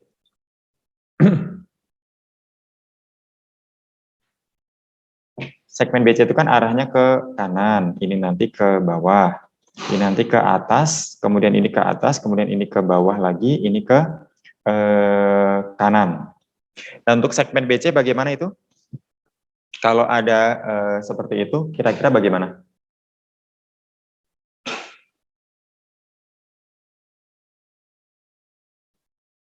Segmen BC bagaimana ini?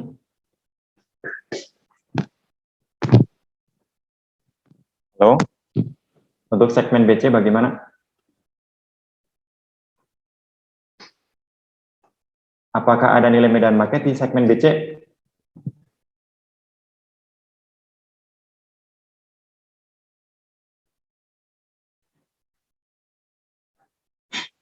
Halo?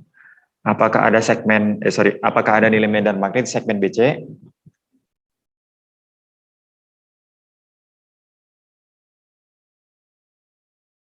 Loh, pada kemana ini? Kok tidak ada respon? Saya tunjuk ya. Dava mungkin. Dava bisa menjawab segmen BC itu ada nilai medan magnetnya atau tidak?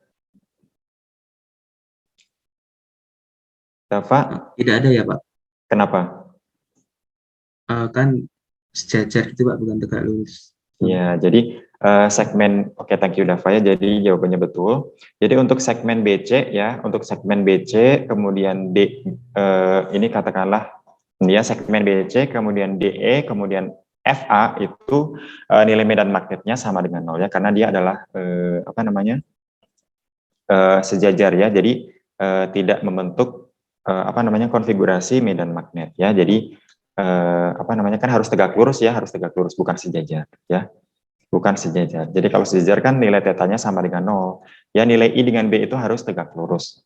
Maka segmen BC itu sama dengan 0, DE juga 0, kemudian FA juga sama dengan 0. Berarti di sini langsung kita dapatkan langsung kita hitung untuk segmen yang CD ya. Berarti di sini kita tuliskan segmen C ke D ya. Ini juga lingkaran, tetapi berapa ini? 1/4 ya, 1/4 lingkaran. Berarti kita tuliskan B itu sama dengan mu 0I ya per 2R ya, dikalikan dengan 1/4 ya, karena 1/4 lingkaran. Arahnya bagaimana ini?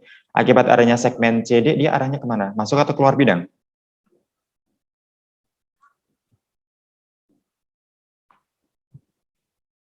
Akibat adanya segmen CD, arah B-nya masuk bidang atau keluar bidang? Keluar, Pak. Ya, keluar lagi. Berarti ini adalah dot ya. Berarti di sini kita tuliskan, sebentar, ini banyak error.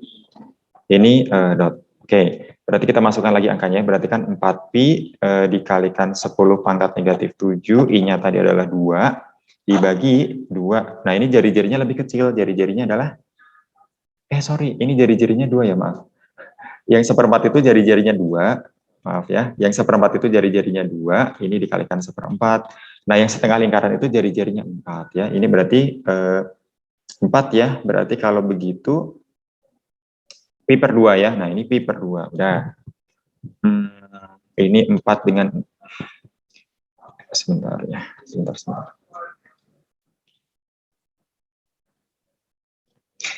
4 dengan 4 habis, kemudian 2 dengan 2 habis. Nah, ini berarti juga sama ya. Ini adalah pi per 2 ya. Berarti kita tuliskan sama dengan pi per 2 kali 10 pangkat negatif 7. Arahnya juga keluar bidang. Nah, terakhir berarti langsung kita dapatkan untuk menghitung segmen yang EF ya. Ini berarti segmen EF. Segmen EF.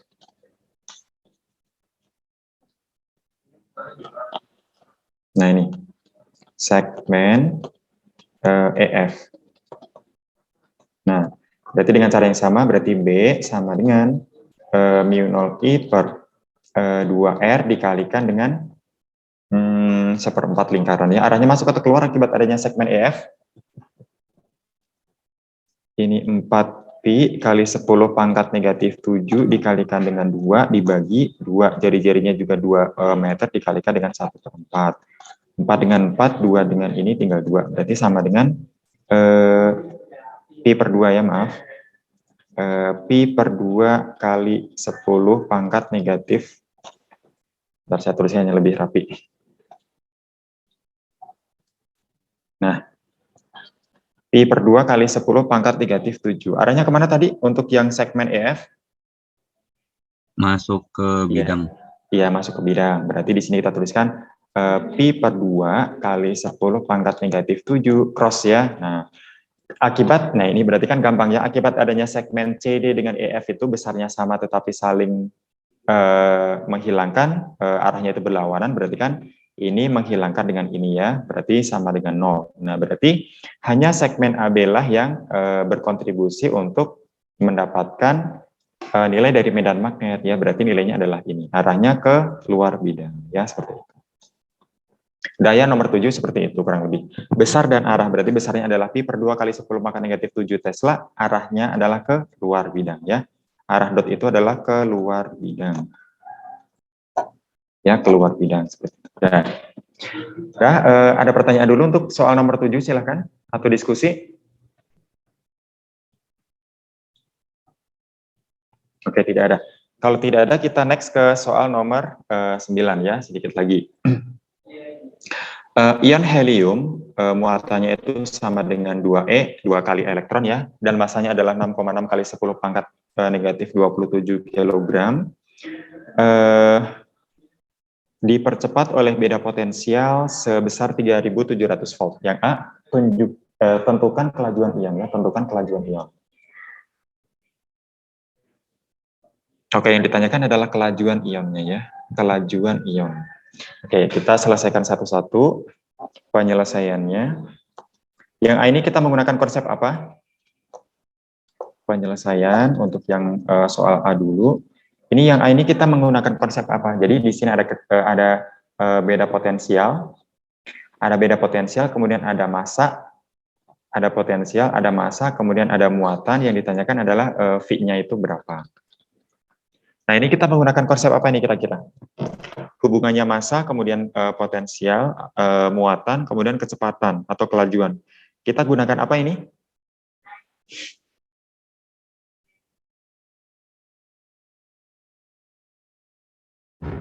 Energi kinetik. Energi kinetik kita samakan dengan? Kita gunakan hukum kekekalan energi mekanik ya. Jadi untuk yang di sini kita tuliskan menggunakan hukum kekekalan energi mekanik ya, kekekalan energi mekanik ya, di mana energi mekanik sebelum ion helium tersebut bergerak itu sama dengan sesudahnya ya.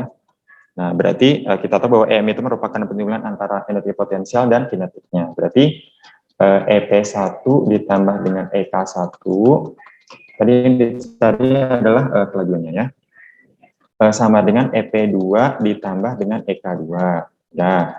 Nah, terus tadi kan dikatakan di soal itu di sini ada kata-kata dipercepat ya, dipercepat. Nah, kalau dipercepat berarti kan di sini tidak ada keterangan kecepatan awal, maka yang di sini kita anggap 0 ya, kita anggap 0. Di sini kita anggap 0. Berarti untuk EP-nya bisa kita tuliskan EP1 dikurang dengan EP2 karena nanti harus ada delta V. Itu sama dengan EK2-nya. Nah, berarti kan delta EP ya itu sama dengan EK. Nah, untuk energi potensialnya ya, energi potensial dari muatan itu kita tuliskan apa? Muatan dikalikan dengan beda potensialnya ya. Berarti Q dikalikan dengan delta V itu sama dengan setengah M V kuadrat ya. V-nya adalah V kecil karena dia adalah kecepatan. Nah, berarti dari situ kita bisa menghitung nilai kecepatannya. Nah, jadi punten Anda nanti menghitung ya. Berarti V kuadrat itu sama dengan 2 muatan dikalikan dengan beda potensialnya dibagi dengan masanya ya, dibagi dengan masanya. Nah, udah. Nah, berarti tinggal kita masukkan angkanya saja. Tinggal kita masukkan angkanya saja, kita tuliskan di sini ya, di atas. Berarti V nanti sama dengan akar dari, ya, V sama dengan akar dari 2, muatannya tadi adalah 2 elektron, berarti kan 2 dikalikan 1,6 ya, berarti 3,2. Oke, ini sering banget kecoret-coret, nanti next meeting, pertemuan selanjutnya pakai tab saja mungkin ya. Tapi kalau pakai tab tidak ini ya, tidak seleluasa pakai komputer ya. Ini 2, kemudian Masya Allah, 2 dikalikan dengan 3,2 kali 10 pangkat negatif 19. Kemudian untuk delta V-nya tadi adalah 3,7 kali 10 pangkat 2, kali 10 pangkat 3, kemudian kita bagi dengan masanya. Masanya tadi adalah 6,6 kali 10 pangkat negatif 27. Nah, maka kecepatannya kira-kira berapa meter per sekund? Ini pasti ordernya juga besar ya, ordernya entah itu ratusan atau ribuan ya, karena kan partikel bermuatan dikenai suatu potensial, diberikan suatu pengaruh potensial, pasti kelajuannya tinggi. Ini tadi 2, udah ya? Silakan, hasilnya kira-kira berapa? Diakarkan.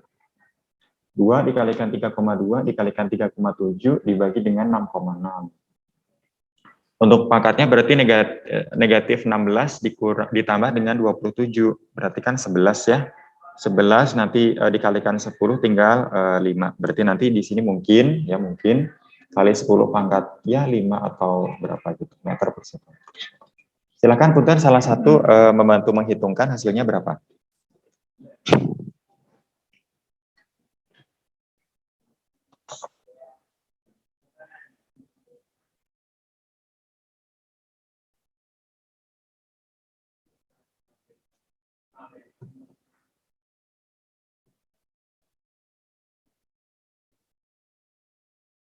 Berapa hasilnya yang sudah menghitung? Udah mau jam 3 ya?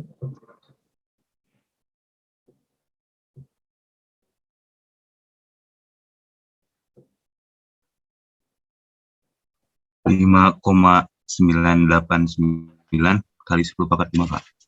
Oke, 5,989 kali 10 pangkat 5 ya, oke. Thank you. Nah, ini berarti hasil dari kecepatannya. Kemudian udah ya. Sekarang kita ke soal yang B. Apa itu? Berapakah jari-jari lintasan melingkarnya jika ion tersebut bergerak dalam sebuah bidang yang tegak lurus dengan medan magnetik homogen sebesar, apa ini maksudnya? 0,34, betul ya? 0,34 Tesla ya, ini tidak salah tulis ya. Nah, berarti untuk yang soal yang B, itu kita tuliskan, ini berarti sama yang ditanyakan adalah jari-jarinya. Berarti kan kita samakan antara gaya sentripetal dengan gaya magnetiknya seperti tadi. Berarti di sini adalah M. V kuadrat per R itu sama dengan Q V B ya. Nah, V-nya bisa kita hilangkan 1, maka apa tadi R-nya ya? R-nya itu sama dengan apa ini berarti? MV dibagi dengan QB ya. Udah masanya ada tadi. Masanya berapa tadi teh? 6,6 ya. 6,6 kali 10 pangkat negatif 27. V-nya yang barusan tadi yaitu 5,989 kali 10 pangkat 5 kita bagi dengan muatannya tadi adalah 2E, jadi 3,2 kali 10 pangkat min 19 dikalikan B-nya tadi 0,34. Nah, punten, Anda menghitung lagi. Ini kan karena maksudnya konseptualnya sudah kita bahas, jadi tinggal menghitung-hitungnya saja. 10. Silakan. Hasilnya kira-kira jari-jarinya berapa meter atau berapa senti? Ntar kita tuliskan di sini. Ini dalam satuan meter. Yuk, silakan.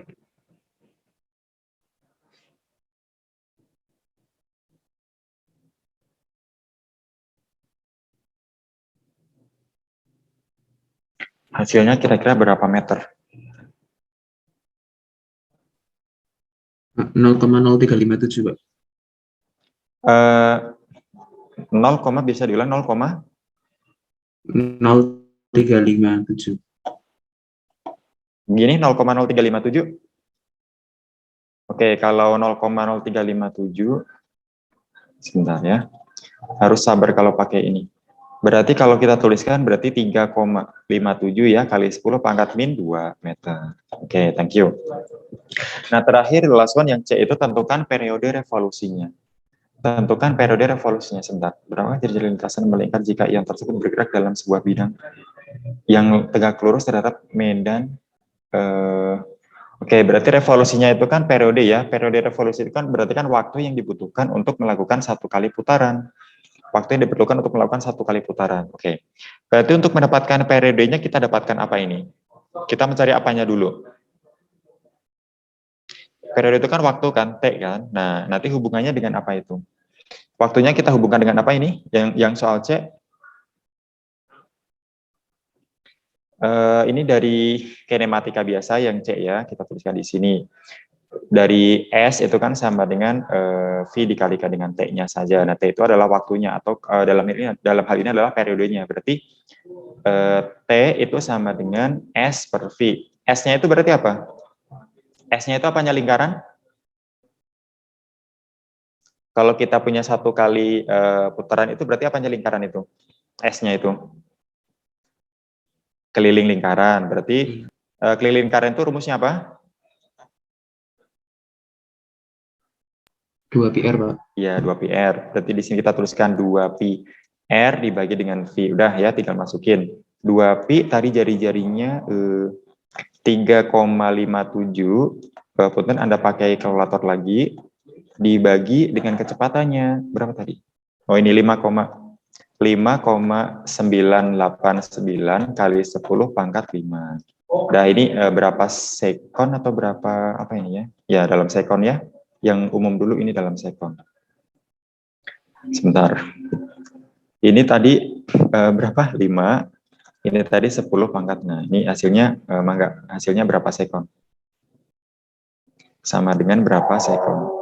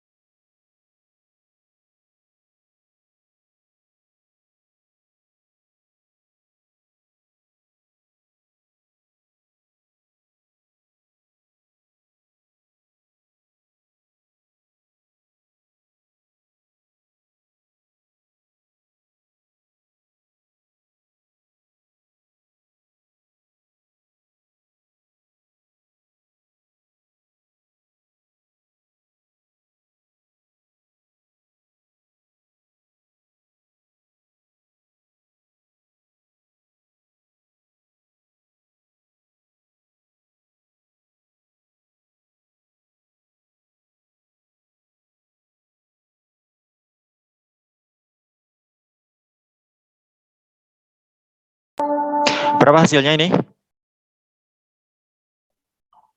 3,74 kali 10 pangkat min 7, Pak.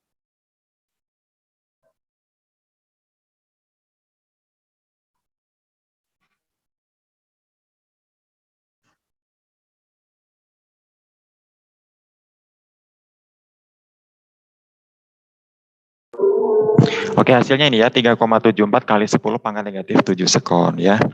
Oke, kalau tidak ada diskusi lagi, kita lanjutkan ke soal nomor 10 ya.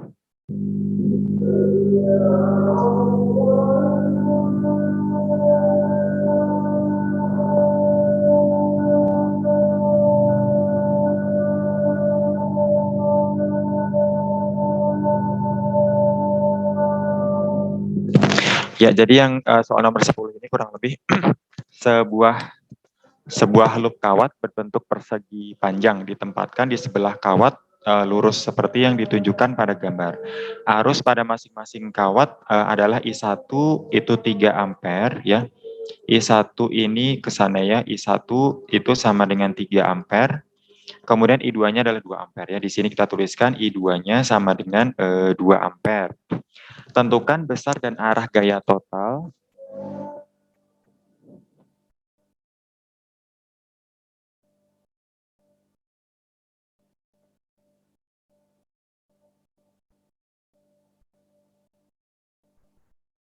Tentukan besar dan arah gaya total pada loop kawat. Oke, jadi untuk penyelesaiannya,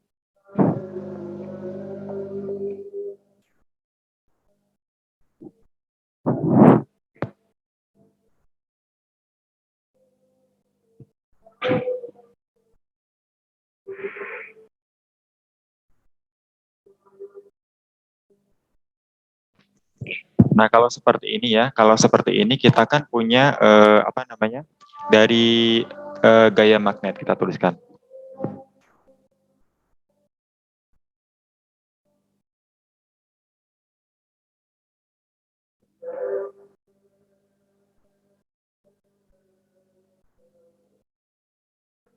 Sure.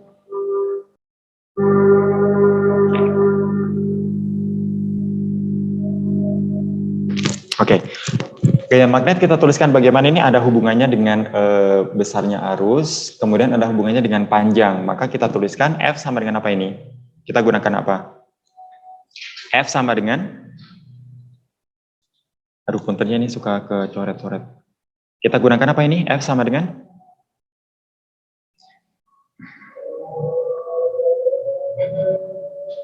Kita gunakan apa ini? Halo, kita gunakan apa ini?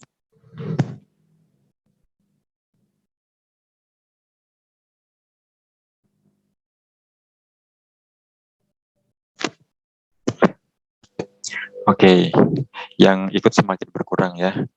Ini kita gunakan apa ini? Sedikit lagi loh, soal terakhir. F sama dengan I cross B. Iya, I kemudian cross B, rumus awalnya dulu ya, I cross B, kemudian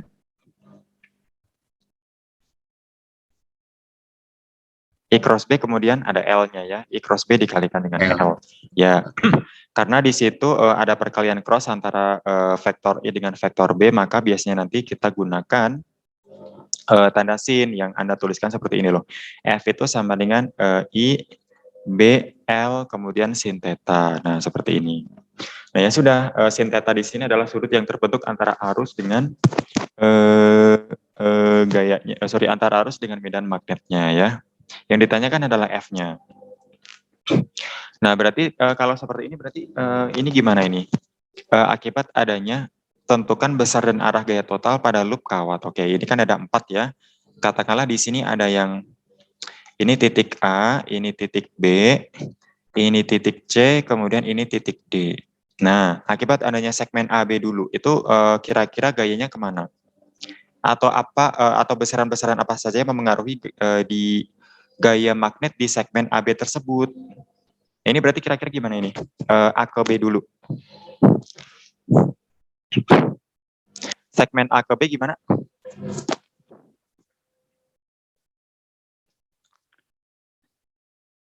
Segmen A ke B kita menggunakan apa ini? Tangan kanan. Oke, tangan kanan. Akibat adanya I1 dulu berarti gimana itu? Akibat adanya I1. I1-nya ke kanan, kemudian B-nya di sepanjang AB itu kemana B-nya? Ke bawah. Akibat, kok ke bawah? Gini, I1 itu kan ke kanan ya, I1 itu ke kanan. Kemudian kawat AB itu kan panjangnya ke ini ya, panjangnya itu kan seperti ini. Berarti kalau I1-nya ke kanan, B-nya di sini itu berarti arahnya dia cross ya, arah B-nya itu dia cross. Nah, akibat adanya yang ini, berarti bagaimana ini? Akibat adanya sistem seperti ini.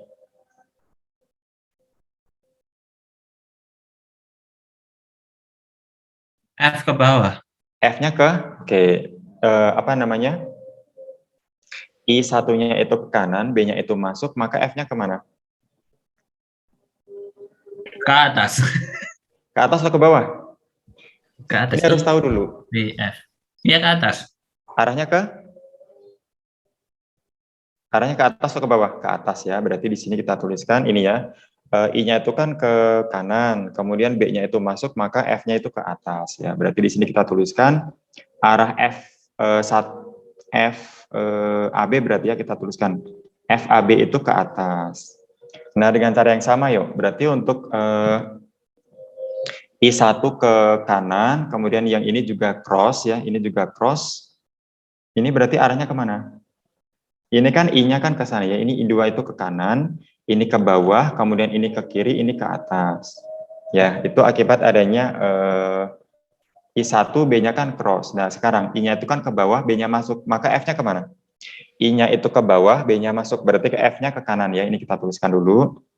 Ini FBC-nya ke kanan, kemudian untuk yang di sini B-nya juga masuk ya, B-nya juga masuk, kita tuliskan.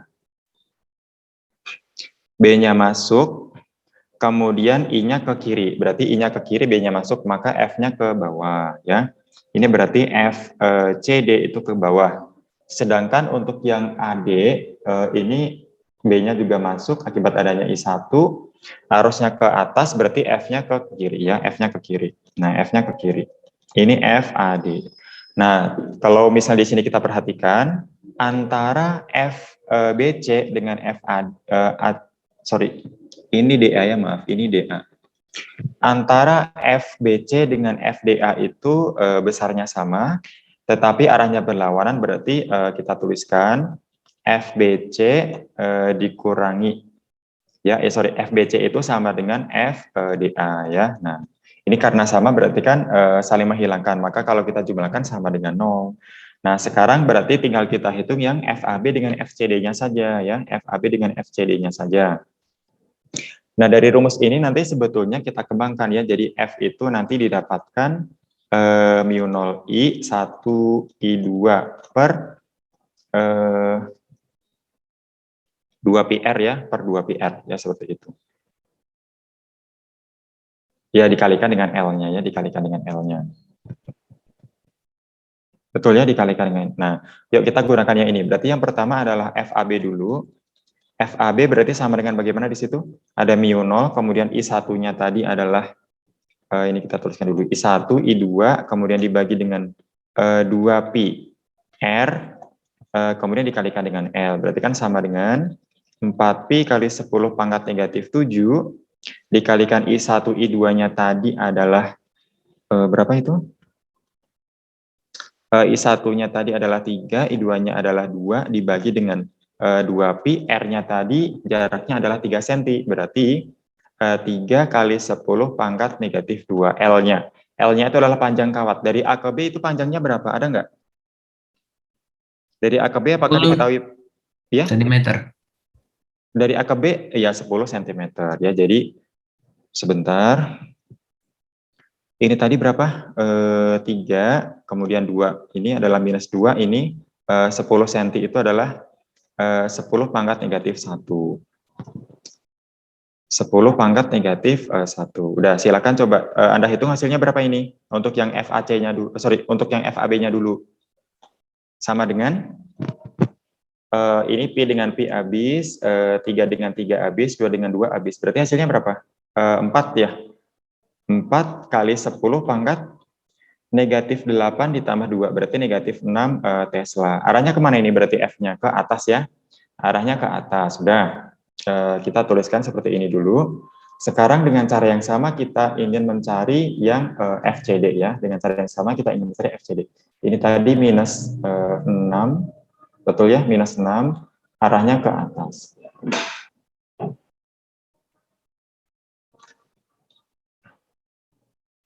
Terus sekarang kita kerjakan dengan cara yang sama untuk FCD-nya dulu ya. FCD berarti kan sama dengan langsung angkanya saja ya, rumusnya sama dengan yang ini.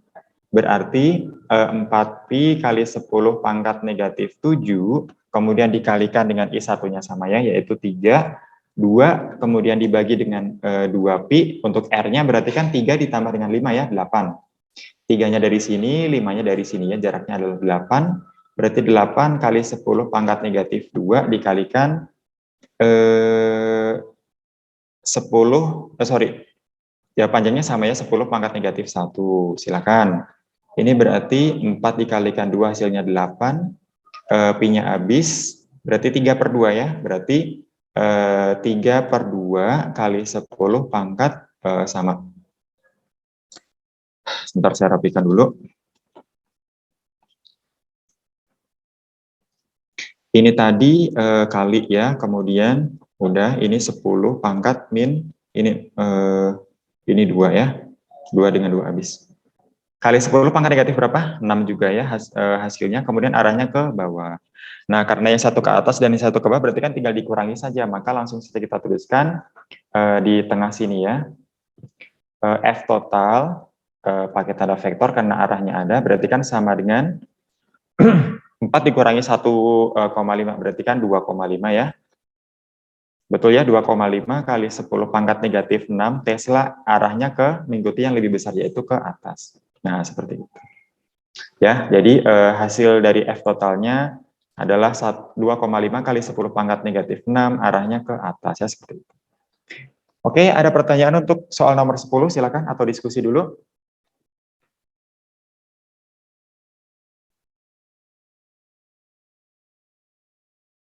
Oke, tidak ada.